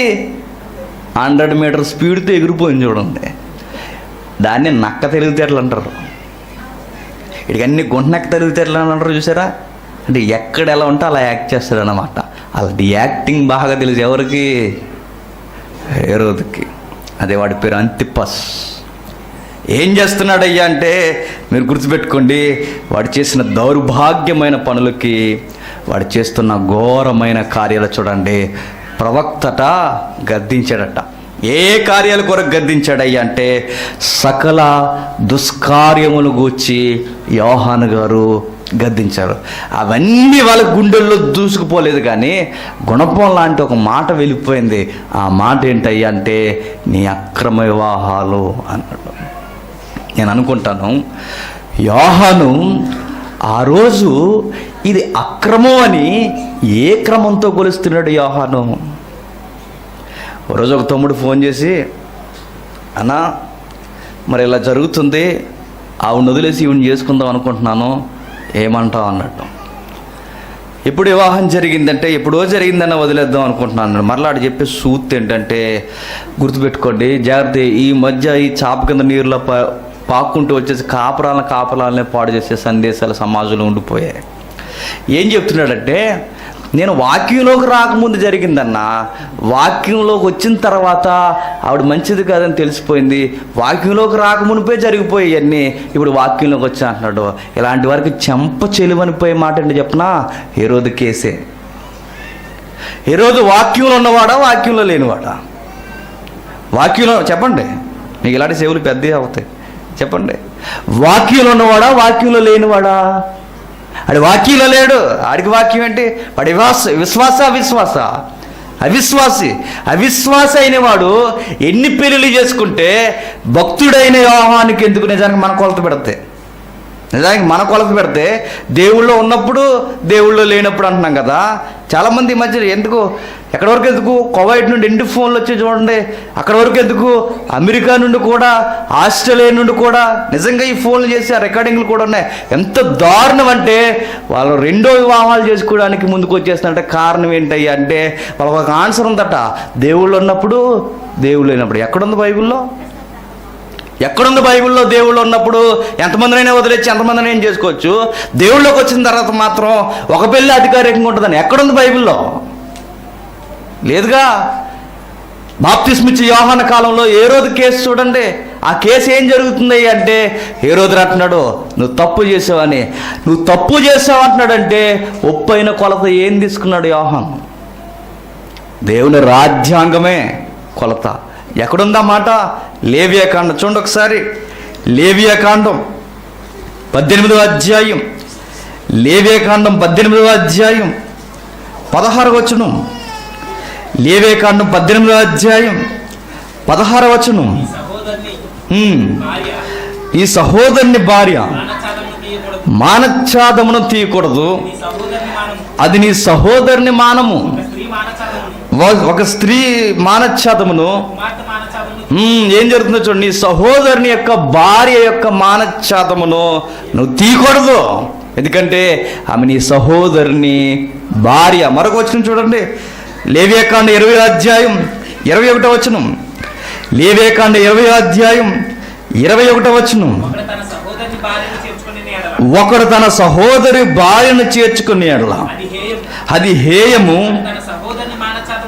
వాడు తన సహోదరుని మానఛాదమును తీసెను. గుర్తుపెట్టుకోండి, ఆ రోజు యోహాను ఏ క్రమాన్ని బట్టి కొలుస్తున్నాడయ్యా అంటే ఈ ధర్మశాస్త్రం అనే కొలమానాన్ని బట్టి ఆ రోజు ఏ రోజును కొలుస్తున్నాడు చూడండి. ఏ రోజుకి నీతి అనే కొలత ఎక్కడదయ్యా అంటే ఆ ధర్మశాస్త్రంలో ఉన్నదే. ధర్మశాస్త్రంలో ఉన్నది ఎవరు కొలుస్తున్నాడయ్యా అంటే ఎవరు కొలుస్తున్నాడు? ఏ రోజు కూడా కొలుస్తున్నాడు చూడండి. అంటే వివాహ వ్యవస్థ అనేది అవిశ్వాసకొకలా విశ్వాసకొకలా ప్రభు ఎప్పుడు మాట్లాడు. దేవుని ఏర్పాటులో తెలిసి జరిగిందో తెలియక జరిగిందో దేవుని యొక్క ఆ కనుసన్నల్లో మీ కార్యము జరిగింది. మీరు గుర్తుపెట్టుకోండి, మీ ఇష్టానుసారంగా మీకు నచ్చినట్టుగా కాపురాల్లో చేసుకుంటూ వెళ్ళిపోతే దేవుడు ఊరుకోడట. ఆ రోజు ఏ రోజును కూడా గద్దిస్తున్నాడు చూడండి. ఏం జరుగుతుందయ్యా అంటే ఎంతగా గద్దిస్తున్నాడు చూడండి. నువ్వు తప్పు చేసావు అంటున్నాడు. నువ్వు తప్పు చేసావు అని గద్దించాడు కనుకే ఆ రోజు కోపం పెంచుకున్నాడు. ఎవరు? హేరోదు. హేరోదుని గద్దిస్తే భరించలేకపోతున్నాడట. మరలా చూద్దాం ఒకసారి ఆ మాట చూద్దాం. లూకా సువార్త చూద్దాం, మార్కు సువార్త చూద్దాం. మార్కు సువార్త 6వ అధ్యాయం, మార్కు సువార్త 6వ అధ్యాయం, మార్కు సువార్త 6వ అధ్యాయం 19 వచనం నుండి. హెరోదియా అతని మీద పగబట్టి ఆమె చేత కాకపోయెను. మరొక మాట కూడా ఉంటుంది లూకా సువార్త అనుకుంటా, ఒకసారి చూడండి. లూకా సువార్త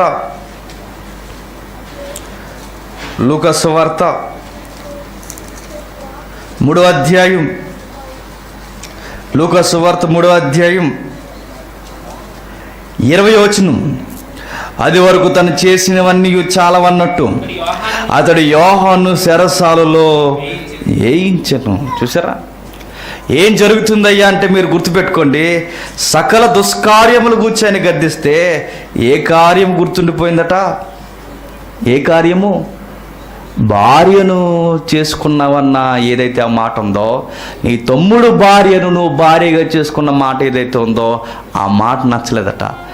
అప్పటి వరకు బాప్తిస్మిచ్చి యోహాను దగ్గరికి వందల మంది 1000 మంది వచ్చి వారి యొక్క తప్పులు ఆయన ఎత్తి చూపిస్తున్నప్పుడు మారు మనసు పొందారు. ఎక్కడేం చేస్తున్నారు? మా తప్పులే ఎత్తుతావా, నువ్వు మాకు నచ్చలేదు, నీ సంగతి చూస్తావని డిసైడ్ అయిపోయారట. అంటే ఎలాంటి మనుషులంటే, కొందరు ఎట్లా ఉంటారంటే వారు తప్పులు ఎత్తి మనం మాట్లాడితే అవసరమైతే ఆ బోధకుని కూడా చంపేస్తారు. గుర్తుపెట్టుకోండి. వాళ్ళకి నచ్చినన్ని మాటలు మాట్లాడితే పర్వాలేదు, ఆయనకు సూచక్రియలు చేస్తే పర్వాలేదు, ఆయనకి ఏ విధమైన కార్యాల గురించి మాట్లాడినా పర్వాలేదు. నువ్వు పర్సనల్గా ఈ తప్పు చేసావంటే మాత్రం ఈ బోధకుడు మాకు నచ్చలేదు, ఈయన చంపేయాలని డిసైడ్ అవుతారట. ఈరోజు కూడా జరుగుద్ది. అంటే మీరు గుర్తుపెట్టుకోండి, మీరు పర్సనల్స్ మాట్లాడంటే మీ సంగతి చూస్తారు. మరి వ్యక్తిగతమైన జీవితాల గురించి వాక్యంతో మీరు కొలవడం ప్రారంభించండి, మీ సంగతి చూస్తారు. మీ బతుకు ఎలా ఉంటుందో, మిమ్మల్ని ఎలా బ్యాట్ చేయాలో, మిమ్మల్ని ఎలా లేకుండా చేయాలో చాలా ఎత్తుగళ్ళు వేసుకుంటారు. ఇప్పటికే సొసైటీ అట్లానే ఉంది. మీరు గమనించండి. ఆ రోజు జరుగుతున్నది ఏంటయ్యా అంటే, ప్రమాదంలో వేసేసాను యోహాన్ని చెరసాల్లో అనుకున్నాడు. నిజానికి ప్రమాదంలో ఉన్నది ఎవరు? హేరోదే. ఈ సందర్భంలో ఒక మాట మనకు అవసరం. సామెతల గ్రంథం 30వ అధ్యాయం, సామెతల గ్రంథం 30వ అధ్యాయం 3వ వచనం.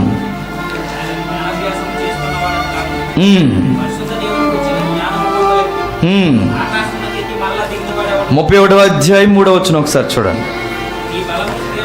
నీ బలమును స్త్రీలకి ఈగుము, రాజులను నశింపజేయు స్త్రీలతో సహవాసము చేయకు అంటున్నాడు. చూడండి, రాజులను నశింపజేసేది ఎవరట? స్త్రీలే. నేను అనుకుంటాను మ్యాక్సిమం ఏ చరిత్ర అయినా రాళ్ళపాలైపోవడానికి కారణం ఎవరయ్యా అంటే ఎవరు చెప్పండి? కొందరు దౌర్భాగ్యపు జీవితాలు కలిగిన స్త్రీల వల్లనే. స్త్రీ వలన ఎంత నష్టం జరుగుతుందంటే బెస్ట్ ఎగ్జాంపుల్ దేవుని సంకల్పమే. ఏదైనా వనంలో ఏం చేశారు? బూడిద చేసి పడేశారు. రాజుల చరిత్ర కూడా రాళ్ళపాలైపోవడానికి కారణం ఏంటంటే ఎవరు? స్త్రీలే. మన రాజమహేంద్రవరం ఉందే, చిత్రాంగి కోట ఉంటుంది చూడండి. వాళ్ళ వంశం లేకుండా పోవడానికి కారణం ఎవరో చెప్పనా? చిత్రాంగి. ఇప్పుడు పెద్ద చిత్రాంగి అంటారు చూసారా? ఆ సామెత మన ఉభయ గోదావరి జిల్లాలకు ఎందుకు వచ్చింది? ఆ సెలబ్రిటీని బట్టి వచ్చింది. ఎవరు? చిత్రాంగి. కోరుకొండ ఏరియాకి వెళ్ళిపోతుంటే కోరి మార్కెట్ అని ఒక సెంటర్ ఉంటుంది, ఎయిర్పోర్ట్ రూట్కి వెళ్తుంటే. ఒకప్పుడు అవన్నీ పెద్ద పెద్ద మెట్లు అన్నమాట ఆ రాజుల పాలనలో. ఇప్పుడు ఎలాంటిదంటే సేమ్ మీరు యోసేపు స్టోరీ ఎలాంటిదో అలాంటి స్టోరీ సేమ్ అలానే చేసింది. తండ్రి ఎలాంటి వయసు ఉన్నవాడితో అక్రమ సంబంధం పెట్టుకుంది. వాడితో వయసు తేడా కనుక వయసు తేడా వచ్చినప్పుడు ఎవరైతే రాజమహేంద్ర ఉన్నాడు కదా, ఆ రాజమహేంద్రకు కొడుకున్నాడు. ఆ కొడుకు ఏం చేశాడయ్యా అంటే అది చాలా నీతి కలిగిన వ్యక్తి, నీతి విలువలు కలిగిన వ్యక్తిగా గుర్తుపెట్టుకునేది. పచ్చి నిజాలు ఇవి. వెళ్ళి అడిగితే ఆ కోటలు అన్నివే స్టోరీలు మనకి సమాధులు సహా సాక్ష్యాలుగా ఉంటాయి. ఏం జరిగిందయ్యా అంటే ఆ కొడుకుని లైన్లో పెట్టాలని చూసింది. ఎవరు? ఈవిడ. నీ తండ్రికి వయసు అయిపోయింది, నీ మీద నాకు విపరీతమైన ప్రేమ పెరిగిపోయింది, మన ఇద్దరు కొంచెం వయసులో దగ్గరకు ఉన్నవాళ్ళం కదా, మన ఇద్దరం తప్పు చేద్దామంటే నువ్వు నాకు తల్లి లాంటి దానివి, నీతో నేను తప్పు చేయడం ఏంటన్నాడు. ఎవరైతే ఉన్నాడో ఉత్తమ కొడుకు. ఎప్పుడైతే ఈ విషయం బయటకు వచ్చేస్తుంది అనుకున్నది, అప్పుడు ఆవిడ ఏం చేసిందంటే, నీ కొడుకు నన్ను ఏం చేశాడు తెలుసా? ఏం చేశాడు అనుకుంటున్నావు? నా మీద అగాత్యం చేయకపోయాడు అనగానే ఈ తింగర్రాజు ఏం చేశాడంటే వెంటనే ఇలా చేశాడా, ఆడు నా కొడుకైనా సరే అని చెప్పి ఆ కోరి సెంటర్ ఏదైతే ఉందో ఆ కోరి గుట్ల మీద తీసుకెళ్ళి కాళ్ళు చేతులు నరికించి కొడుకుని చంపేశాడు. అందుకే రాజమహేంద్రవరంలో వాళ్ళ యొక్క వంశం లేకుండా పోయింది. ఒకే ఒక కొడుకు. ఆ ఒకే ఒక కొడుకుని ఈ చిత్రాంగి నాటకాలకి ఆ వంశం బలైపోయింది. రాజులు నశింపజేసేది ఎవరట? ఎవరు? స్త్రీలే. అందరూ కదండి, కొందరు గొప్ప స్త్రీలు ఉన్నారు. తల్లి మరి ఉన్నది, రెబెక్కా ఉంది, ఇంకా ఉత్తమ స్త్రీలు చెప్పండి, లేయా ఉంది, తల్లి శారమ్మ ఉన్నారు, ఇంకా పేతురు గారి భార్య ఉంది, ఇంకా దావీదుని కన్నా తల్లి ఉంది, ఇంకా గొప్ప గొప్ప స్త్రీలు ఉన్నారు. సంసోని గారి తల్లి ఉంది, ఇంకా బాప్తిస్మిచ్చి యోహాను కలిగిన తల్లి ఉంది, ఇంకా గొప్ప స్త్రీలు ఉన్నారు బైబిల్లో. వాళ్ళు బైబిల్లోనే కాదు, సమాజంలో ఇప్పటికీ గొప్ప స్త్రీలు ఉన్నారు. కానీ ఎక్కువ శాతం వీరు చేసే తప్పటడుగుల వలన సంసారాలే కాదు, రాజ్యాలే కుప్పకూలిపోతాయి, నాశనం అయిపోతాయి. ఆ రోజు ఏం జరిగిందయ్యా అంటే, వాడు తమ్ముడు భార్య, తమ్ముడని నేను ఎందుకంటున్నా అంటే చరిత్రలో తమ్ముడని మెన్షన్ చేయబడింది, బైబిల్లో సహోదరుడు అని మెన్షన్ చేయబడింది. అయితే తమ్ముడు భార్యను ఎప్పుడైతే ఈవిడు వివాహం చేసుకున్నాడో గుర్తుపెట్టుకోండి, యోహాను బైబిల్తో కొలవడం ప్రారంభించాడు. ఎందుకు కొలుస్తున్నాడు? బైబిల్తో. సమాజాన్ని ఇప్పటికీ బైబిల్తో కొలిసే యోహాన్లు ఉంటే ఎంత బాగుంటుందో. ఆ రోజు మీరు గుర్తుపెట్టుకోండి, చట్ట ప్రకారం వాళ్ళకి వివాహం జరగడం తప్ప రైటా? నా పాయింట్కి మీరు ఆన్సర్ చెప్పాలి. చట్ట ప్రకారం వాళ్ళు వివాహం చేసుకున్నారు, అది తప్ప రైటా? రైటే, చట్టం దృష్టిలో అది ఏం తప్పు కాదు. చట్ట ప్రకారం వాళ్ళు వివాహం చేసుకున్నారు, చట్ట ప్రకారం చట్టం దృష్టిలో వారు తప్పు చేయలేదు. కానీ యోహాను కొలుస్తున్నాడు, చట్టం దృష్టిలో నువ్వు రైట్ అవ్వచ్చు, దేవుని దృష్టిలో ఇది దుష్కార్యము అన్నట్టు. చట్టం సపోర్ట్ చేయొచ్చేమో కానీ, చట్టం దృష్టిలో మీరు నీతిమంతులుగా కనబడొచ్చేమో కానీ, దేవుని దృష్టిలో మీరు చేసింది ఏంటంటే దుష్కార్యము. నేను అనుకుంటాను, ఆ రోజు బైబిల్తో కొలిస్తే ఆ రోజు వాళ్ళు చేసింది తప్పు అని తేలిపోయింది. ఈ రోజుకి ఇలాంటి దుష్కార్యాలు చేస్తున్న వారిని మనం కొలాల్సింది బైబిల్తోనే కొలాలి. చట్టం ఎన్నో చెబుతుంది, లోకంలో సెన్స్ ఎంతో ఉంటుంది, అవన్నీ మనకు అనవసరం. కానీ బైబిల్ అనే చట్టంతో కొలిసినప్పుడు మీరు గుర్తుపెట్టుకోండి, మనం తప్పుడు వ్యక్తులుగా దేవుని ఎదుట నిలబడి ఒక రోజు ఉంటుందన్న సంగతి మర్చిపోకండి. అందుకే యవనస్తులు గుర్తుపెట్టుకోండి, మీరు ఏ విషయంలో కొంచెం దెబ్బలు తిన్నా పర్వాలేదు, కానీ వివాహ విషయంలో మాత్రం దెబ్బతినకండి. ఎందుకంటే వివాహ విషయంలో దెబ్బతింటే నిత్యత్వానికి వెళ్ళేది వివాహం ద్వారానే, నిత్య నరకానికి కూడా పోయేది వివాహం. అందుకే వివాహం చేసుకునేటప్పుడు దేవుని దగ్గర మనం గోజాడి తడుములాడి, అవసరమైతే దేవుడు నడిపిస్తాడు ఖచ్చితంగా.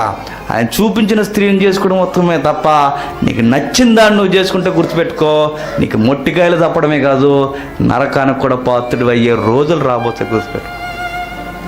వివాహాల కొరకు ఏం చేస్తారా యవనస్తులు అంటే, ఏదో నచ్చింది చేసేసుకుంటారు, నచ్చదు, తర్వాత వదిలేస్తాడు, మరొక ఆవిడని చేసుకోవాలంటాడు. వయసులో నీ ఎన్ని నష్టాలు జరిగిపోయాయి కదా, దీనివలన నిత్యత్వం దూరం అయిపోద్దన్న సంగతి మర్చిపోకండి. దాన్ని దేంతో పోల్చాడయ్యా అంటే అది పచ్చి వ్యభిచారం అన్నట్టు. వ్యభిచారులను, విగ్రహారాధికులను, మాంత్రికులను పరలోక రాజ్యానికి హక్కుదారులు కారు. ఇంత బైబిల్ ఇంత క్లియర్గా ఉంది, అయినా గుడ్డిగా చేసుకుంటూ వెళ్ళిపోతున్నామంటే వాక్యంతో బతుకుని కొలుసుకోవడం మానేసామన్నమాట. జాగ్రత్త. ఆ రోజు యోహాను గారు ఎలా కొలుస్తున్నారయ్య అంటే వాక్యంతో కొలుస్తున్నాడు. ఇదిగో దేవుని న్యాయ విధి ప్రకారం, దేవుని చట్ట ప్రకారం పొరుగువాని భార్యని వివాహం చేసుకోవడం దుష్కార్యము అన్నట్టు. ఈ రోజుకి విలువల కొరకు మాట్లాడే అలాంటి సేవకులుంటే సొసైటీ బాగుపడలేదు తర్వాత విషయం, కానీ సంఘమైనా కొంచెం కాకపోయినా కొంచెమైనా బాగుపడుతుంది. ఈరోజు విలువల కొరకు మాట్లాడే బోధకులు ఎక్కడ ఉన్నారు చెప్పండి?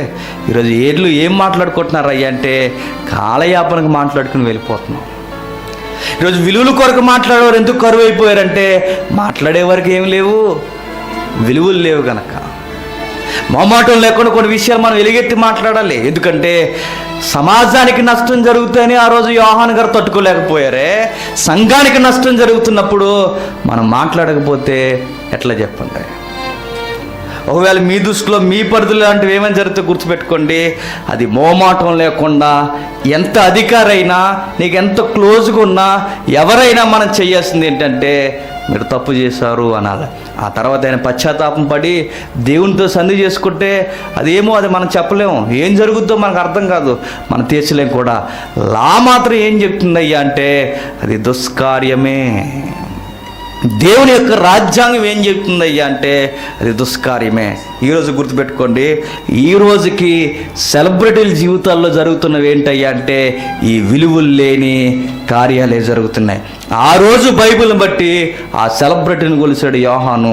ఈ రోజుకి అలాంటి బోధకులు లేచి సెలబ్రిటీ అయినా ఎవడైనా కానీ ఈ వాక్యంతో కొలిసే వాగ్దాటి కలిగిన అనేక మంది యోహానులు ఉంటే సంఘానికి మంచి భవిష్యత్తు ఉంటుంది.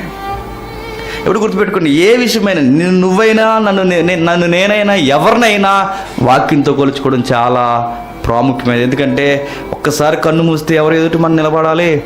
దేవుని ఎదుట. ఎప్పుడు ఒక మాట మన గుండెలను తినేస్తూ ఉండాలి. ఆ మాట ఏంటి చెప్పనా? నేను ఏదైతే బోధిస్తున్నానో, నేను ఏదైతే నమ్ముతున్నానో, నేను ఏ బైబిల్ని అయితే పట్టుకున్నానో ఆ బైబిల్కి ఆ నీతికి నేను వ్యతిరేకమైతే ఇక నేనెందుకు బైబిల్ పట్టుకుని తిరుగుతాను? అంతే కదా. ఎప్పుడు ఆ మాట మన మధులో తిరుగుతూ ఉండాలి.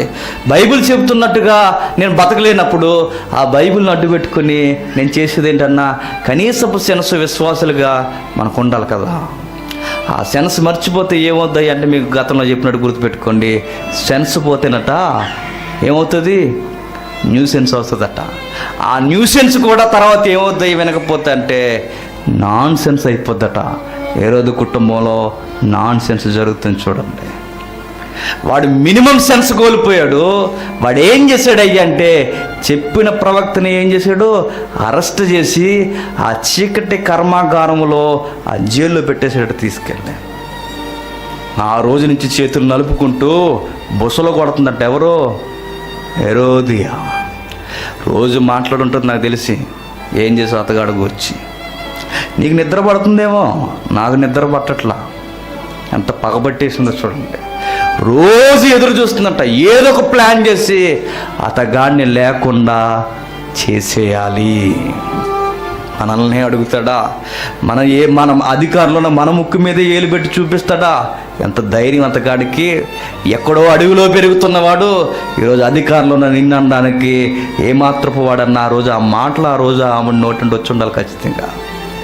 ఎదురు చూస్తుందట, సకల కార్యములు ఎదుగుతుందట. ఇతగాడిని ఎట్లా అయినా సరే లేపేయాలి అని. ఈ రోజుకి మాత్రం భయం వేస్తుంది. అరెస్ట్ అయితే చేశాడు కానీ పబ్లిక్ అందరికీ తెలుసు అతని యందు ఏ నేరము లేదు అని. అతను నీతిమంతుడు, సత్యవంతుడు. అతను ఏమి చేయలేక ఏం చేస్తున్నాడయ్యా అంటే ఆయన చేత వాక్యాన్ని వింటూ ఎంజాయ్ చేస్తున్నాడట. అంటే వాక్యాన్ని మారు మనసు తెచ్చుకోవడానికి వింటలేదు కానీ వాక్యాన్ని ఎలా వింటున్నాడు? ఎంజాయ్ కొరకు వింటున్నాడట. అలాంటి బ్యాచ్ కూడా ఉంటారంటే బ్రహ్మాండంగా ఉంటారు. చాలామంది సభలకు ఎందుకు వస్తారు చెప్పనా? అలాగా అదో రకం సరదా. సమ్మర్ సభలకు బాగా జనం ఎక్కువ వస్తారు గుర్తుపెట్టుకోండి. ఎందుకు? అలా ఈవినింగ్ పార్క్కి వెళ్ళినట్టు, బీచ్కి వెళ్ళినట్టు అలా ఒక లుక్ వేసి సరదాగా ఎంజాయ్ చేసి వెళ్ళిపోతారనమాట. అంటే సత్యం కూడా చాలామంది ఎలా ఉంటారంటే సండే నాకు తెలిసి 99 చర్చెస్ ఏం చేస్తాయంటే జస్ట్ సండే అలా చర్చికి వెళ్ళడం ఒక ఎంజాయ్. ఏరే చెప్పండి, ఈరోజు ఉన్నారు జస్ట్ అలా వెళ్ళి రావడం, జస్ట్ ఒక మంచి డ్రెస్ వేసుకుని ఆ డ్రెస్తో నిలబడడం, బాగుందా అంటే సూపర్ అని చెప్పించుకోవడం, ఇంకేటనుకోవడం, పెద్ద ముచ్చట్లు పెట్టుకోవడం. దానికి ఏది కంటే సత్యమే. వీళ్ళ ముచ్చట్లన్నీ ఎక్కడయ్యా అంటే సత్యమే. వీళ్ళు దేన్ని బట్టి సంతోషిస్తున్నారయ్యా అంటే ఏదో ఒక వర్తమానం ఇవ్వడం, బలి చెప్పాడే అనుకొని ఏదో గుసగుసలు మాట్లాడుకుని వీళ్ళు 4 డైలాగులు వేసేసుకుని సత్యాన్ని స్వీకరించరు కానీ ఎంజాయ్ చేసి మాత్రం వచ్చేస్తారట. ఇప్పటికి అలాంటి దరిద్రపు ఏ రోజులు బతికే ఉన్నారు. అలాంటి హెరోదీయులు ఇంకా బతికే ఉన్నారు. అలాంటి హెరోదులు బతికే ఉన్నారు. సత్యం వీళ్ళకి ఎందుకయ్యంటే జస్ట్ ఏదో మానసిక ఉల్లాసానికి క్రైస్తవులు అయిపోయారు. తీరా క్రైస్తవులను పరిచయం అయిపోయారు. ఎలాగో సినిమాలకు వెళ్ళలేరు, ఎలాగో సీరియల్స్ చూడలేరు. కనుక వీళ్ళకున్న ఎంజాయ్ ఏదైనా ఉందంటే ఏంటి చెప్పండి? సత్యం. చర్చిలోకి వచ్చి సత్యాన్ని వింటూ వాక్యాన్ని ఎంజాయ్ చేస్తున్నారట. ఇలాంటి బ్యాచ్ ఈ 21వ శతాబ్దంలో ఎక్కువైపోయారండి ఈరోజు. ఆ సోషల్ మీడియాని చూడండి, వాక్యాన్ని అడ్డు పెట్టుకుని ఒకరినొకరు తిట్టుకోవడంలో ఎంత సరదో. నీకు ఆ వాక్యం తెలుసంటే నాకు ఈ వాక్యం తెలుసు, నీకు ఈ వాక్యం తెలియదు నీకన్నా కౌంటర్ నేను బాగేశాను నేను అంటే వీళ్ళకి ఏదయ్యే సంతోషం అంటే వాక్యాన్ని అడ్డు పెట్టుకుని గొడవలు పెట్టుకుని ఆనందించడం అంటే చాలా. వాడు కూడా ఆ మోజే ఉంది ఎవడికి? హెరోదుకి. పిలిపించుకుంటున్నాడట, వింటున్నాడట, సంబరం పడిపోతున్నాడట. దేనికిరా నీ సంబరం అంటే, వినవే నా సంబరం అన్నాడట. వినవే ఆనందం, అంతకుమించి ఆనందం ఏమీ లేదు. అరే సత్యం ఎలా చెబుతుంది, నా బ్రతుకు ఎట్లా ఉంది, నేను చాలా తప్పు చేశాను, ఇప్పుడు అవసరమైతే ఆ రాజనీతి కొరకు కన్నా దేవుని నీతికి నేను నిలువనివ్వాలని తగ్గించుకోలేకపోయాడట. ఆ రోజు ఏం చెప్పుంటాడు అయ్యా అంటే, ఏ రోజుకి ఇలా చెప్పుంటాడు. ఏమని తెలుసా? ఆ రోజు రాజు దర్బార్లో గుర్తుపెట్టుకోండి, యోహాను ఇలా చెప్పాడు, అవసరమైతే నీ సింహాసనం దిగు, అవసరమైతే నీ భార్యను వదిలే, అవసరమైతే ఏదైతే దుష్కార్యం జరిగిందో ఆవిడ పెద్ద ఉత్తమరాలు అనుకోకు, ఎందుకంటే ఆల్రెడీ మోసం చేసి వచ్చింది, నిన్ను కూడా మోసం చేస్తుంది, ఆ సంగతి మర్చిపోకు. ఎందుకు? ఆవిడ కామాంధ్రాలు కనుకే ఇంతమంది పురుషులను మారుస్తుంది, కామాంధ్రాలు కనుకే ఇంతగా దుష్కార్యంకు ఒడిగట్టింది. పిచ్చోడా, అలాంటి దుష్కార్యం చేస్తూ దేవునికి విరోధం అవుతాయటని ఆ రోజు గద్దించి ఉండాలి. కానీ గుర్తుపెట్టుకోండి, అది నచ్చలేదట. ఎవరికి? హెరోదికి నచ్చలేదట. అరెస్ట్ చేసి పాడేశారు. ఆ రోజు నుంచి ఎదురు చూస్తున్నారట. అరెస్ట్ అయితే చేశాడు, కానీ చంపాలన్న ఆలోచన పూర్తిగా ఎవరికి లేదు? హెరోదికి లేదు. హెరోదికి ఉంది, ఏదో రోజు ఖచ్చితంగా చంపేయాలని. ఈలోపు ప్లానింగ్స్ జరుగుతున్నాయి, ఫెయిల్యూర్ అవుతున్నాయి, తన వల్ల అవట్లా. ఒకరోజు ప్రత్యేకమైన దినం క్యాలెండర్లో తలుక్కుమని మెరిసింది. ఎవరికి? హెరోదికి. ఇలాగ ఏలుపెట్టి ఎతికిందేమో ఆ రోజు, టక్కమని ఏలాగింది. ఈరోజు మా యజమాని బర్త్డే రాబోతుందా, యజమాని బర్త్డే జన్మదిన కార్యం రాబోతుంది. అప్పటికి ఏం జరిగారయ్య అంటే, రాజు, నిర్వాహకులు, రకరకాల మనుషులు రకరకాల కార్యాల్లో నిమగ్నం అయిపోయారు. ఏమేం కార్యాలంటే, సకల విధములైన మనుషులు, అధికారులు రాబోతున్నారు. పత్రికలు పంపించేశారు, రాజుగారికి పుట్టినరోజు జరగబోతుంది, ఖచ్చితంగా అందరూ హాజరవ్వాలి. పత్రికలు వెళ్ళిపోయాయి, వార్తాహరులు వెళ్ళిపోయారు, అందరిని పిలుచుకొచ్చేసారు. విందు రెడీ అయిపోయింది. విందే కాదు, వైన్ కూడా రెడీగా పెట్టేశారు. బర్త్డే అంటే ఏంటంటే గుర్తుపెట్టుకోండి, విందు సింధు రెండు అరేంజ్ చేశారు. ఈరోజు ఈ దరిద్రం పేర్లు మార్చుకున్నారు అంతే, మ్యూజికల్ నైట్, చెత్త నైట్ అని. ఆ రోజు జరిగేది కూడా అదే. ఆ రోజు జరుగుతుంది ఏంటంటే, బర్త్డే పార్టీ పెట్టుకొని ఆ బర్త్డేలో ఏం చేస్తున్నారు అంటే, బాగా పీకల దాకా తాగే సంస్కృతి. నెక్స్ట్ ఏం చేశారు అంటే గుర్తుపెట్టుకోండి, మంచి ఇందు రెడీ చేశారట. అన్నీ జరుగుతున్నప్పుడు ఒక నర్తకి వచ్చింది, చిన్న అమ్మాయి. అంత అవగాహన ఉందో లేదో మనకు తెలియదు, కానీ అన్ని అమ్మని అడిగే చేస్తుంది. ఎవరు? ఆ నర్తకి. మంచి డ్యాన్సర్ అవట. ఎంత బాగా డ్యాన్స్ చేస్తుందంటే, అంత బాగా డ్యాన్స్ చేస్తాన సంగతి తనకే తెలియదు, అంత బాగా చేస్తుంది. ఎవరు? ఆ నర్తకి. వచ్చిందట, మంచి మందులో ఊగుతూ ఉన్నారు. హెరోదికి బాగా తెలుసు, మా ఆయన ఎప్పుడు ఏ మాట అంటాడో, ఎలా ఇరికించాలో నాకు బాగా తెలుసు అని ఎత్తుగాళ్ళు వేసుకుంటూ వచ్చింది. గుర్తుపెట్టుకోండి, వాడు చేసుకున్నది ఏంటో చెప్పనా, ఒక ఉరుతాడు దగ్గర పెట్టుకున్నాడు. ఎవరు? హెరోదు. వాడి నాశనానికి దగ్గర తెచ్చుకున్నాడు. చూడండి, బైబిల్లో ఖచ్చితమైన మాట ఉంది, జారత్వం జరిగించేవాడు స్వనాశనమును తెచ్చుకొనును. అదే జరుగుతుంది. చూడండి ఏం జరిగింది హైదరాబాద్ కేసులో. ఏమైంది? జారత్వం జరిగించిన వాడికి ఏం జరుగుద్దని బైబిల్ చెప్తుంది? నాశనమే. దానితో చెలగాటిని వాడు ఉరుతాళ్ళలోకి తలకాయ పెట్టాడన్న సంగతి మర్చిపోకండి. ఇంకంత పోయే కాలం వస్తే పెళ్లి చేసుకో, అంతగా ఉండాలనుకుంటే భార్యతో ఉండు, నీ సొంత స్త్రీతో ఉండు, అంతే తప్ప పరాయి స్త్రీలతో జారత్వం జరిగిస్తానంటే దేవుడు ఊరుకోడు. ఆ జారత్వానికి మూల్యం చెల్లించక తప్పదు. ఏం చేశాడంటే, ఆ ఉరుతాడు రోజు రోజుకి బిగుసుకుంటుంది, ప్లాన్ చేస్తుందట. బాగా మత్తులు ఉన్నారు, మంచిగా మ్యూజిక్ పెట్టేశారు. ఆ రోజు అరబ్ మ్యూజిక్ వాయించేసి ఉంటారు. అది ఉంటుంది ఏదో డ్యాన్స్, అది ఏం డ్యాన్స్, అది ఏదో డ్యాన్స్, బెల్లీ డ్యాన్స్ ఏదో అంటారు, అదే వాళ్ళకి నాట్యం అంటే. ఆ డ్యాన్స్ చేస్తారండి. ఆ డ్యాన్స్ చాలా మత్తుగా ఉంటుంది. అలా డ్యాన్స్ ఆ రోజు చేసి ఉండాలి. ఆ అమ్మాయి ఖచ్చితంగా ఆ నిత్యమే చేసి ఉండాలి. ఆవిడ భరతనాట్యం కూచిపూడి ఏం చేసి ఉండదు, పద్ధతిగా ఆ డ్యాన్స్ చేసి ఉండాలి. ఆ సెగలకి, ఆ స్టెప్పులకి మత్తులో ఉన్న వాళ్ళందరూ చప్పట్లు కొట్టారట. ఎర్రగొట్టేసావు అమ్మ, నువ్వు ఎక్కడ ఉండాల్సిందని కాదా అన్నారట. నిజంగానే ఆవిడ అక్కడ ఉండకూడదు, భూమి మీద ఉండకూడదు. నన్ను అడిగితే చాలా గొప్పగా డ్యాన్స్ చేసిందట.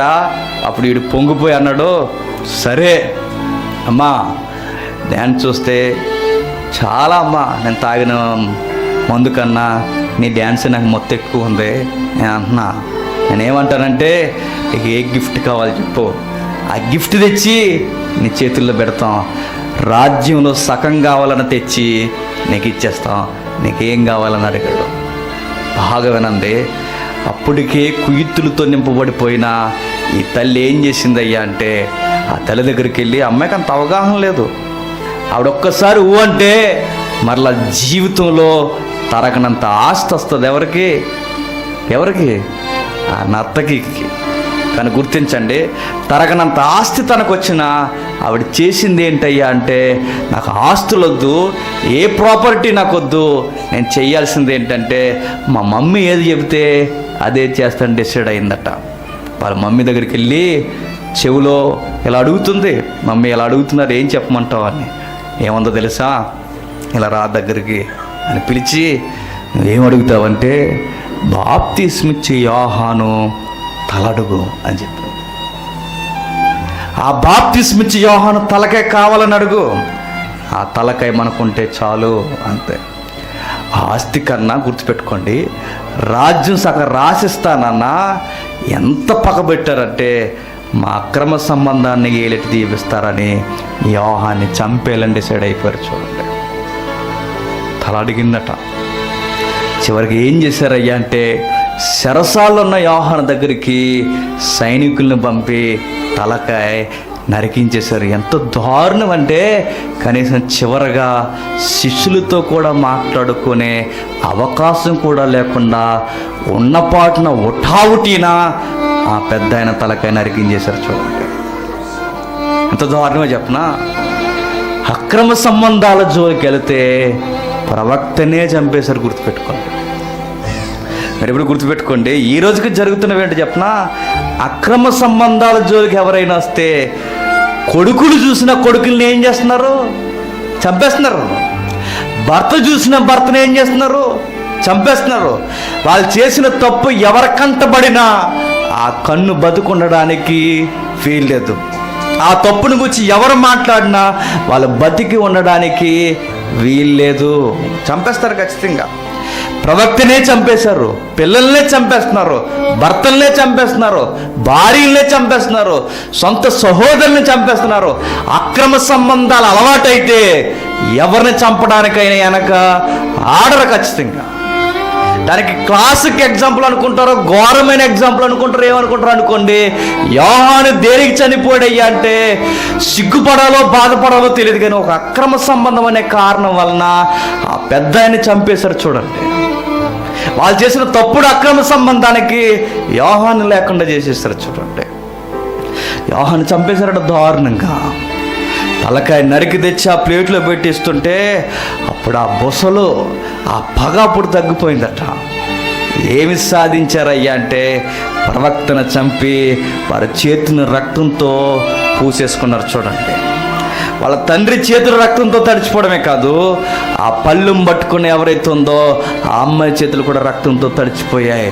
ఎవరైతే ఆ సలహా ఇచ్చిందో ఆ తల్లి చేతులు కూడా ఏమైపోయాయి? రక్తంతో తడిచిపోయాయి. నీతిమంతులను చంపేసి సుఖపడాలనుకోవడం అసాధ్యం. వారి ఖచ్చితంగా నరకానికి పాత్రులే. ఒక వ్యక్తిని చూపించి ఈ వ్యక్తి నరకానికి పాత్రుడా కాదన్న తర్వాత విషయం, కానీ వాళ్ళ జీవితంలో ఒకవేళ మారకపోతే వాళ్ళు ఖచ్చితంగా దేనికి పాత్రులు? నరకానికే పాత్రులు. చంపేశారు. చూడండి ఒకసారి లూకా సువార్త, మార్కు సువార్త చూద్దాం. మార్కు సువార్త 6వ అధ్యాయం, త్వరగా మార్కు సువార్త 6వ అధ్యాయం 19వ వచనం నుండి. హెరోదియా అతని మీద పగబెట్టి ఆమె చేత కాకపోయినా, అంటే ఏం జరుగుతుంది? ఏ రోజైతే పగబట్టిందో ఆ రోజు నుంచి ఎదురు చూస్తుందట. ఆ రోజు పబ్లిక్ ఇలా అని ఉండాలి. అసలు మీరు ఏ విషయాలైనా మాట్లాడొచ్చండి. ఆర్థికపరమైన నేరాలు, సామాజికమైన నేరాల గురించి, ఈరోజు ఇన్ని దుష్కార్యాలు చేస్తున్నాడు కదా, ఇవన్నీ బాగానే మాట్లాడారు. ఆ పర్సనల్ విషయాన్ని మీరు ఎందుకు ఎత్తుకున్నారు? మీకు భయం అనిపించలేదా? మిమ్మల్ని ఏమన్నా చేస్తే అంటే యోహాను ఇలా అంటాడు. ఏమంటాడు తెలుసా? ఏం చేస్తారు? చేసేదే చేయనివ్వండి అంటాడు. ఆయన ఈ మాట అంటాడేమో. ఆయన ఏమంటాడు తెలుసా? నేను అంటాను, యోహాను గారి మాట తరపున అంటాను, ఎటువంటి ఖరీదు చెల్లించని, ఎటువంటి త్యాగం చేయని సేవ నా ప్రభు కొరకు నేను చేయను అంటాడు ఆయన. ఖరీదు లేని పరిచర్య నేను చేయలేను అంటాడు. నిజమే, నా ప్రభు కొరకు ఎంత ఖరీదైన నేను చెల్లించడానికి రెడీ.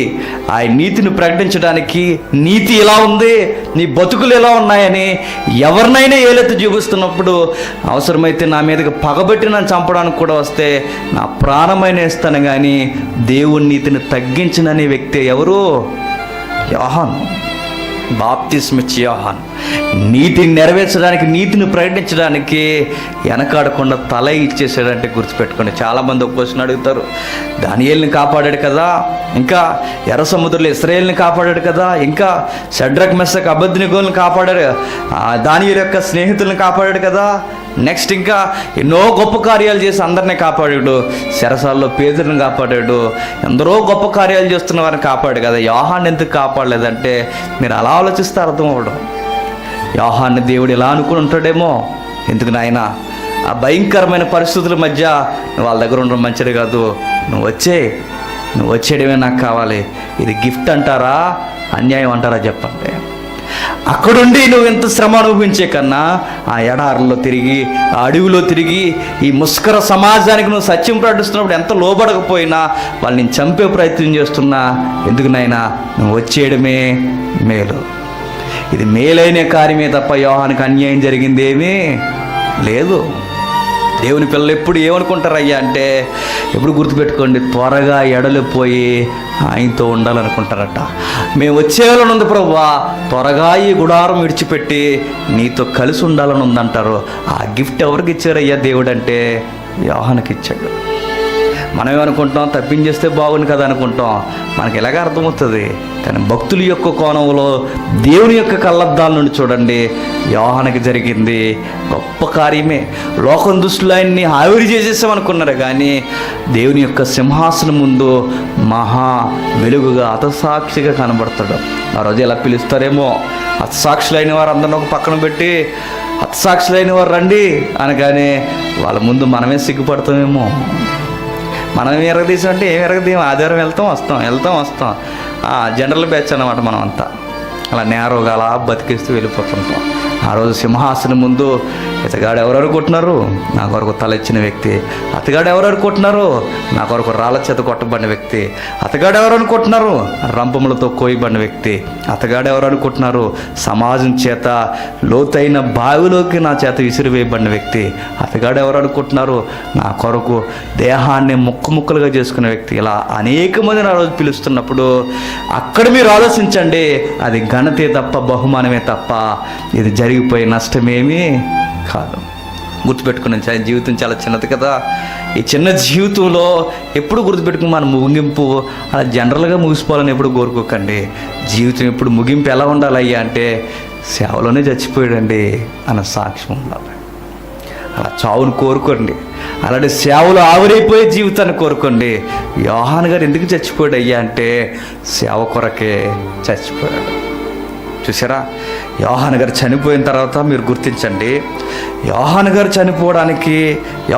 చనిపోయిన తర్వాత చనిపోకముందు కూడా హేరోదుకి సత్య సంబంధమైన స్నేహితులు ఆ వర్గంలో ఉన్నారు. ఎవరో తెలుసా? ఒకసారి చూద్దాం సాక్ష్యానికి త్వరగా. అపోస్తుల కార్యములు, ముందుగా అపోస్తుల కార్యములు 13వ అధ్యాయం.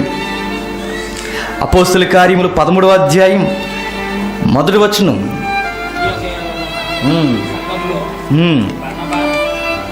బర్నబా, కురేనీయుడైన లూకియా,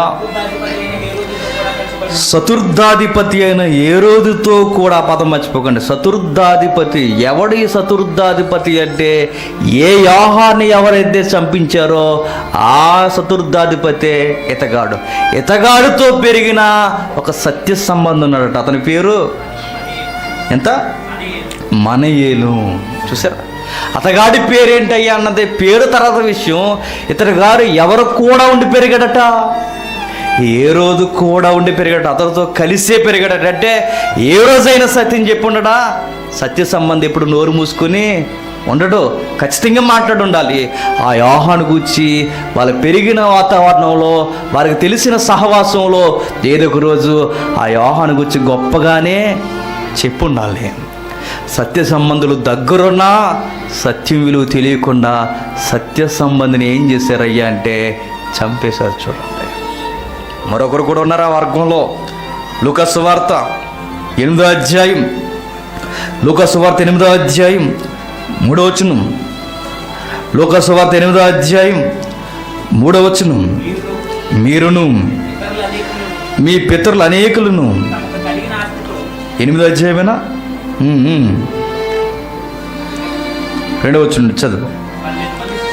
12 మంది శిష్యులను అపవిత్రాత్మలు వ్యాధులను పోగొట్టుకొనిన కొందరు స్త్రీలు, అనగా నేడు దయ్యములు వదిలిపోయిన మగ్దలేనే అనబడిన మరియయు, హేరోదు యొక్క గృహ నిర్వాహకుడగు కూజా భార్యగు యోహన్నయు సుసన్నయు ఆయనతో కూడా ఉండ్రి. కూజా భార్య ఎవరి వర్గానికి సంబంధించింది? రాజరిక హేరోదు వర్గానికి సంబంధించింది. అక్కడ స్త్రీలు సత్య సంబంధులు ఉన్నారు, పురుషులు సత్య సంబంధులు ఉన్నారు. అంటే హేరోదు కొరకు ఎక్కువగా ఇన్ఫర్మేషన్ ఎవరు ఇచ్చి ఉండాలయ్యా అంటే, క్షమించండి, యోహాను కొరకు హేరోదుకి ఇచ్చింది బహుశా ఈ సత్య సంబంధులు అయ్యి ఉండాలి. సమాజంలో అతగాళ్ళు వేశాడు, అరణ్యంలో మాట్లాడుతున్నాడు. అతని మాటలకి ఎవరైనా మారు మనసు పొందాల్సిందే. నిజంగా ఆయన గొప్ప ప్రవక్త అని ఏ రోజు వీళ్ళు చెప్పుండ్రా. సత్యం తెలిసిన వారు గుర్తుపెట్టుకొని నోరు విప్పి మాట్లాడతారు. సత్యం తెలియని వారే నోరు మూసుకొని మన పనుల్లో మనం వెళ్ళిపోతాం. వాక్యం తెలిసిన వారు ఎప్పుడు మాట్లాడే ప్రయత్నం చేస్తారు. వీళ్ళు మాట్లాడి ఉండాలి ఖచ్చితంగా. ఇలాంటి సత్య సంబంధులు స్నేహితులుగా, పనివారిగా, దాసులుగా ఉన్నా కానీ సత్యానికి స్తంభమైన యోహాన్ని ఏం చేశారు? చంపేశారు. చివరికి గొప్ప ప్రవక్త గుర్తుపెట్టుకొని నాలుగు భాగాలుగా మనం చూసాం. నది ఒడ్డున మాట్లాడిన గొప్ప ప్రవక్త చివరికి ఎలా ముగిసిపోయాడయ్యా అంటే, మీ బతుకులు మార్చుకోండి అన్నందుకు ఈ జనాంగం యోహాన్ని చంపేసింది. మరొక మాట ఏంటో చెప్పనా, యోహాన్ చనిపోయిన తర్వాత యేసుక్రీస్తు వారు అరణ్యానికి నిశ్శబ్దముగా వెళ్ళిపోయాడట. చూడండి, ఒకసారి ముగించుకుందాం. యోహాను సువార్త, మత్తయి సువార్త 14వ అధ్యాయం 10వ వచనం నుండి, మత్తయి సువార్త 14వ అధ్యాయం 10వ వచనం నుండి, బంట్రోతుని పంపి చెరసాల్లో యోహాను తల కొట్టించిన మాట ఎలా ఉందో చూడండి. వాడతని తల పల్లెములో పెట్టి తెచ్చి ఆ చిన్నదానికి ఇచ్చెను. ఆమె తన తల్లి వద్దకు దాన్ని తీసుకొని పోయెను. అంతటా యోహాను శిష్యులు వచ్చి శవమును ఎత్తుకొని పోయి పాతిపెట్టి యేసునొద్దకు వచ్చి తెలియజేశారు. ఎంత బాగుందో చూడండి. ఆ మాట మీరు మర్చిపోకండి ముగించుకునే ముందు. యోహాను వెళ్ళిపోయిన తర్వాత నిజానికి గురువు వెళ్ళిపోతే శిష్యులు ఏమైపోవాలి? పరారైపోవాలి.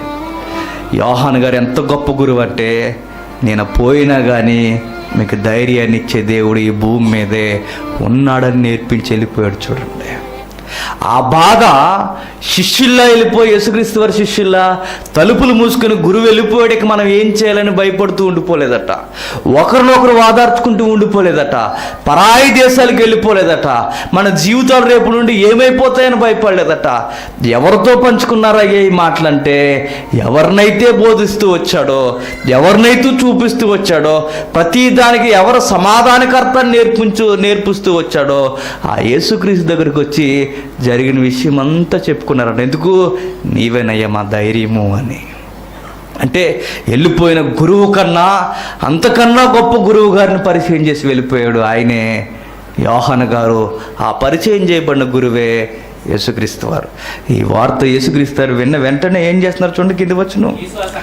యేసు ఆ సంగతి విని ధోని ఎక్కి అక్కడ నుండి అరణ్య ప్రదేశమునకు ఏకాంతముగా వెళ్ళిపోయాడు. చూడండి, ఎందుకు వెళ్ళిపోయాడు అంత అర్జెంటుగా అయినా?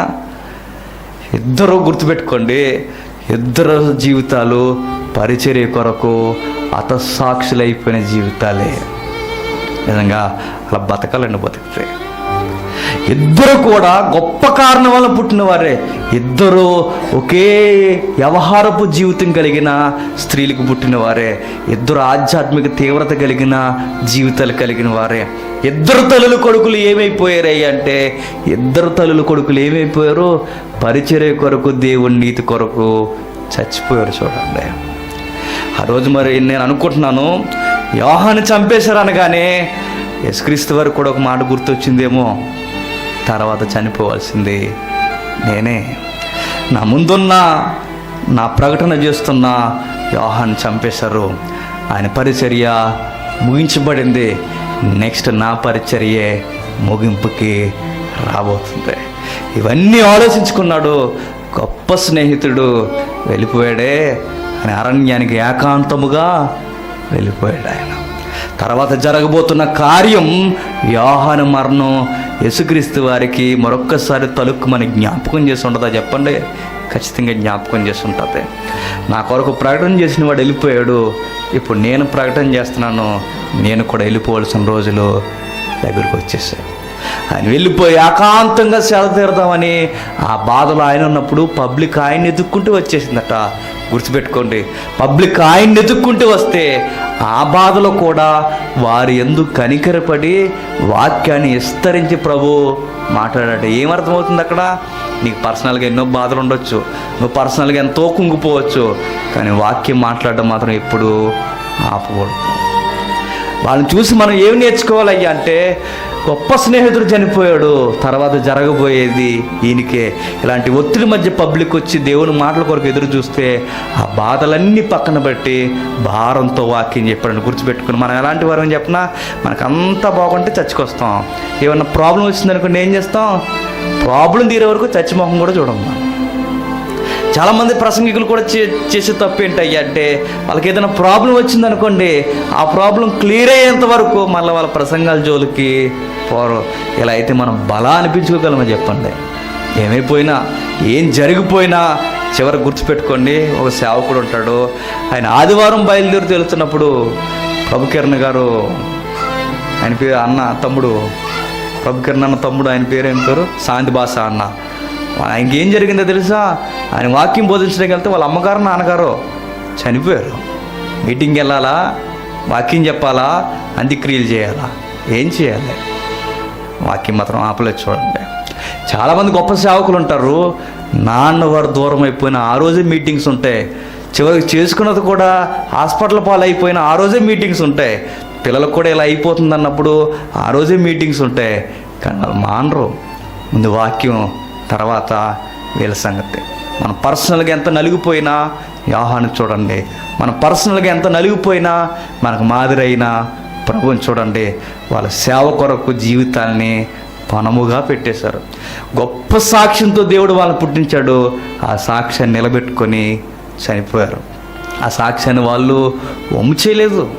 యోహాను ఎలాంటి వాగ్దాడితో చూడాలనుకున్న దేవుడు అలాంటి వాగ్దాడితోనే బతికాడు.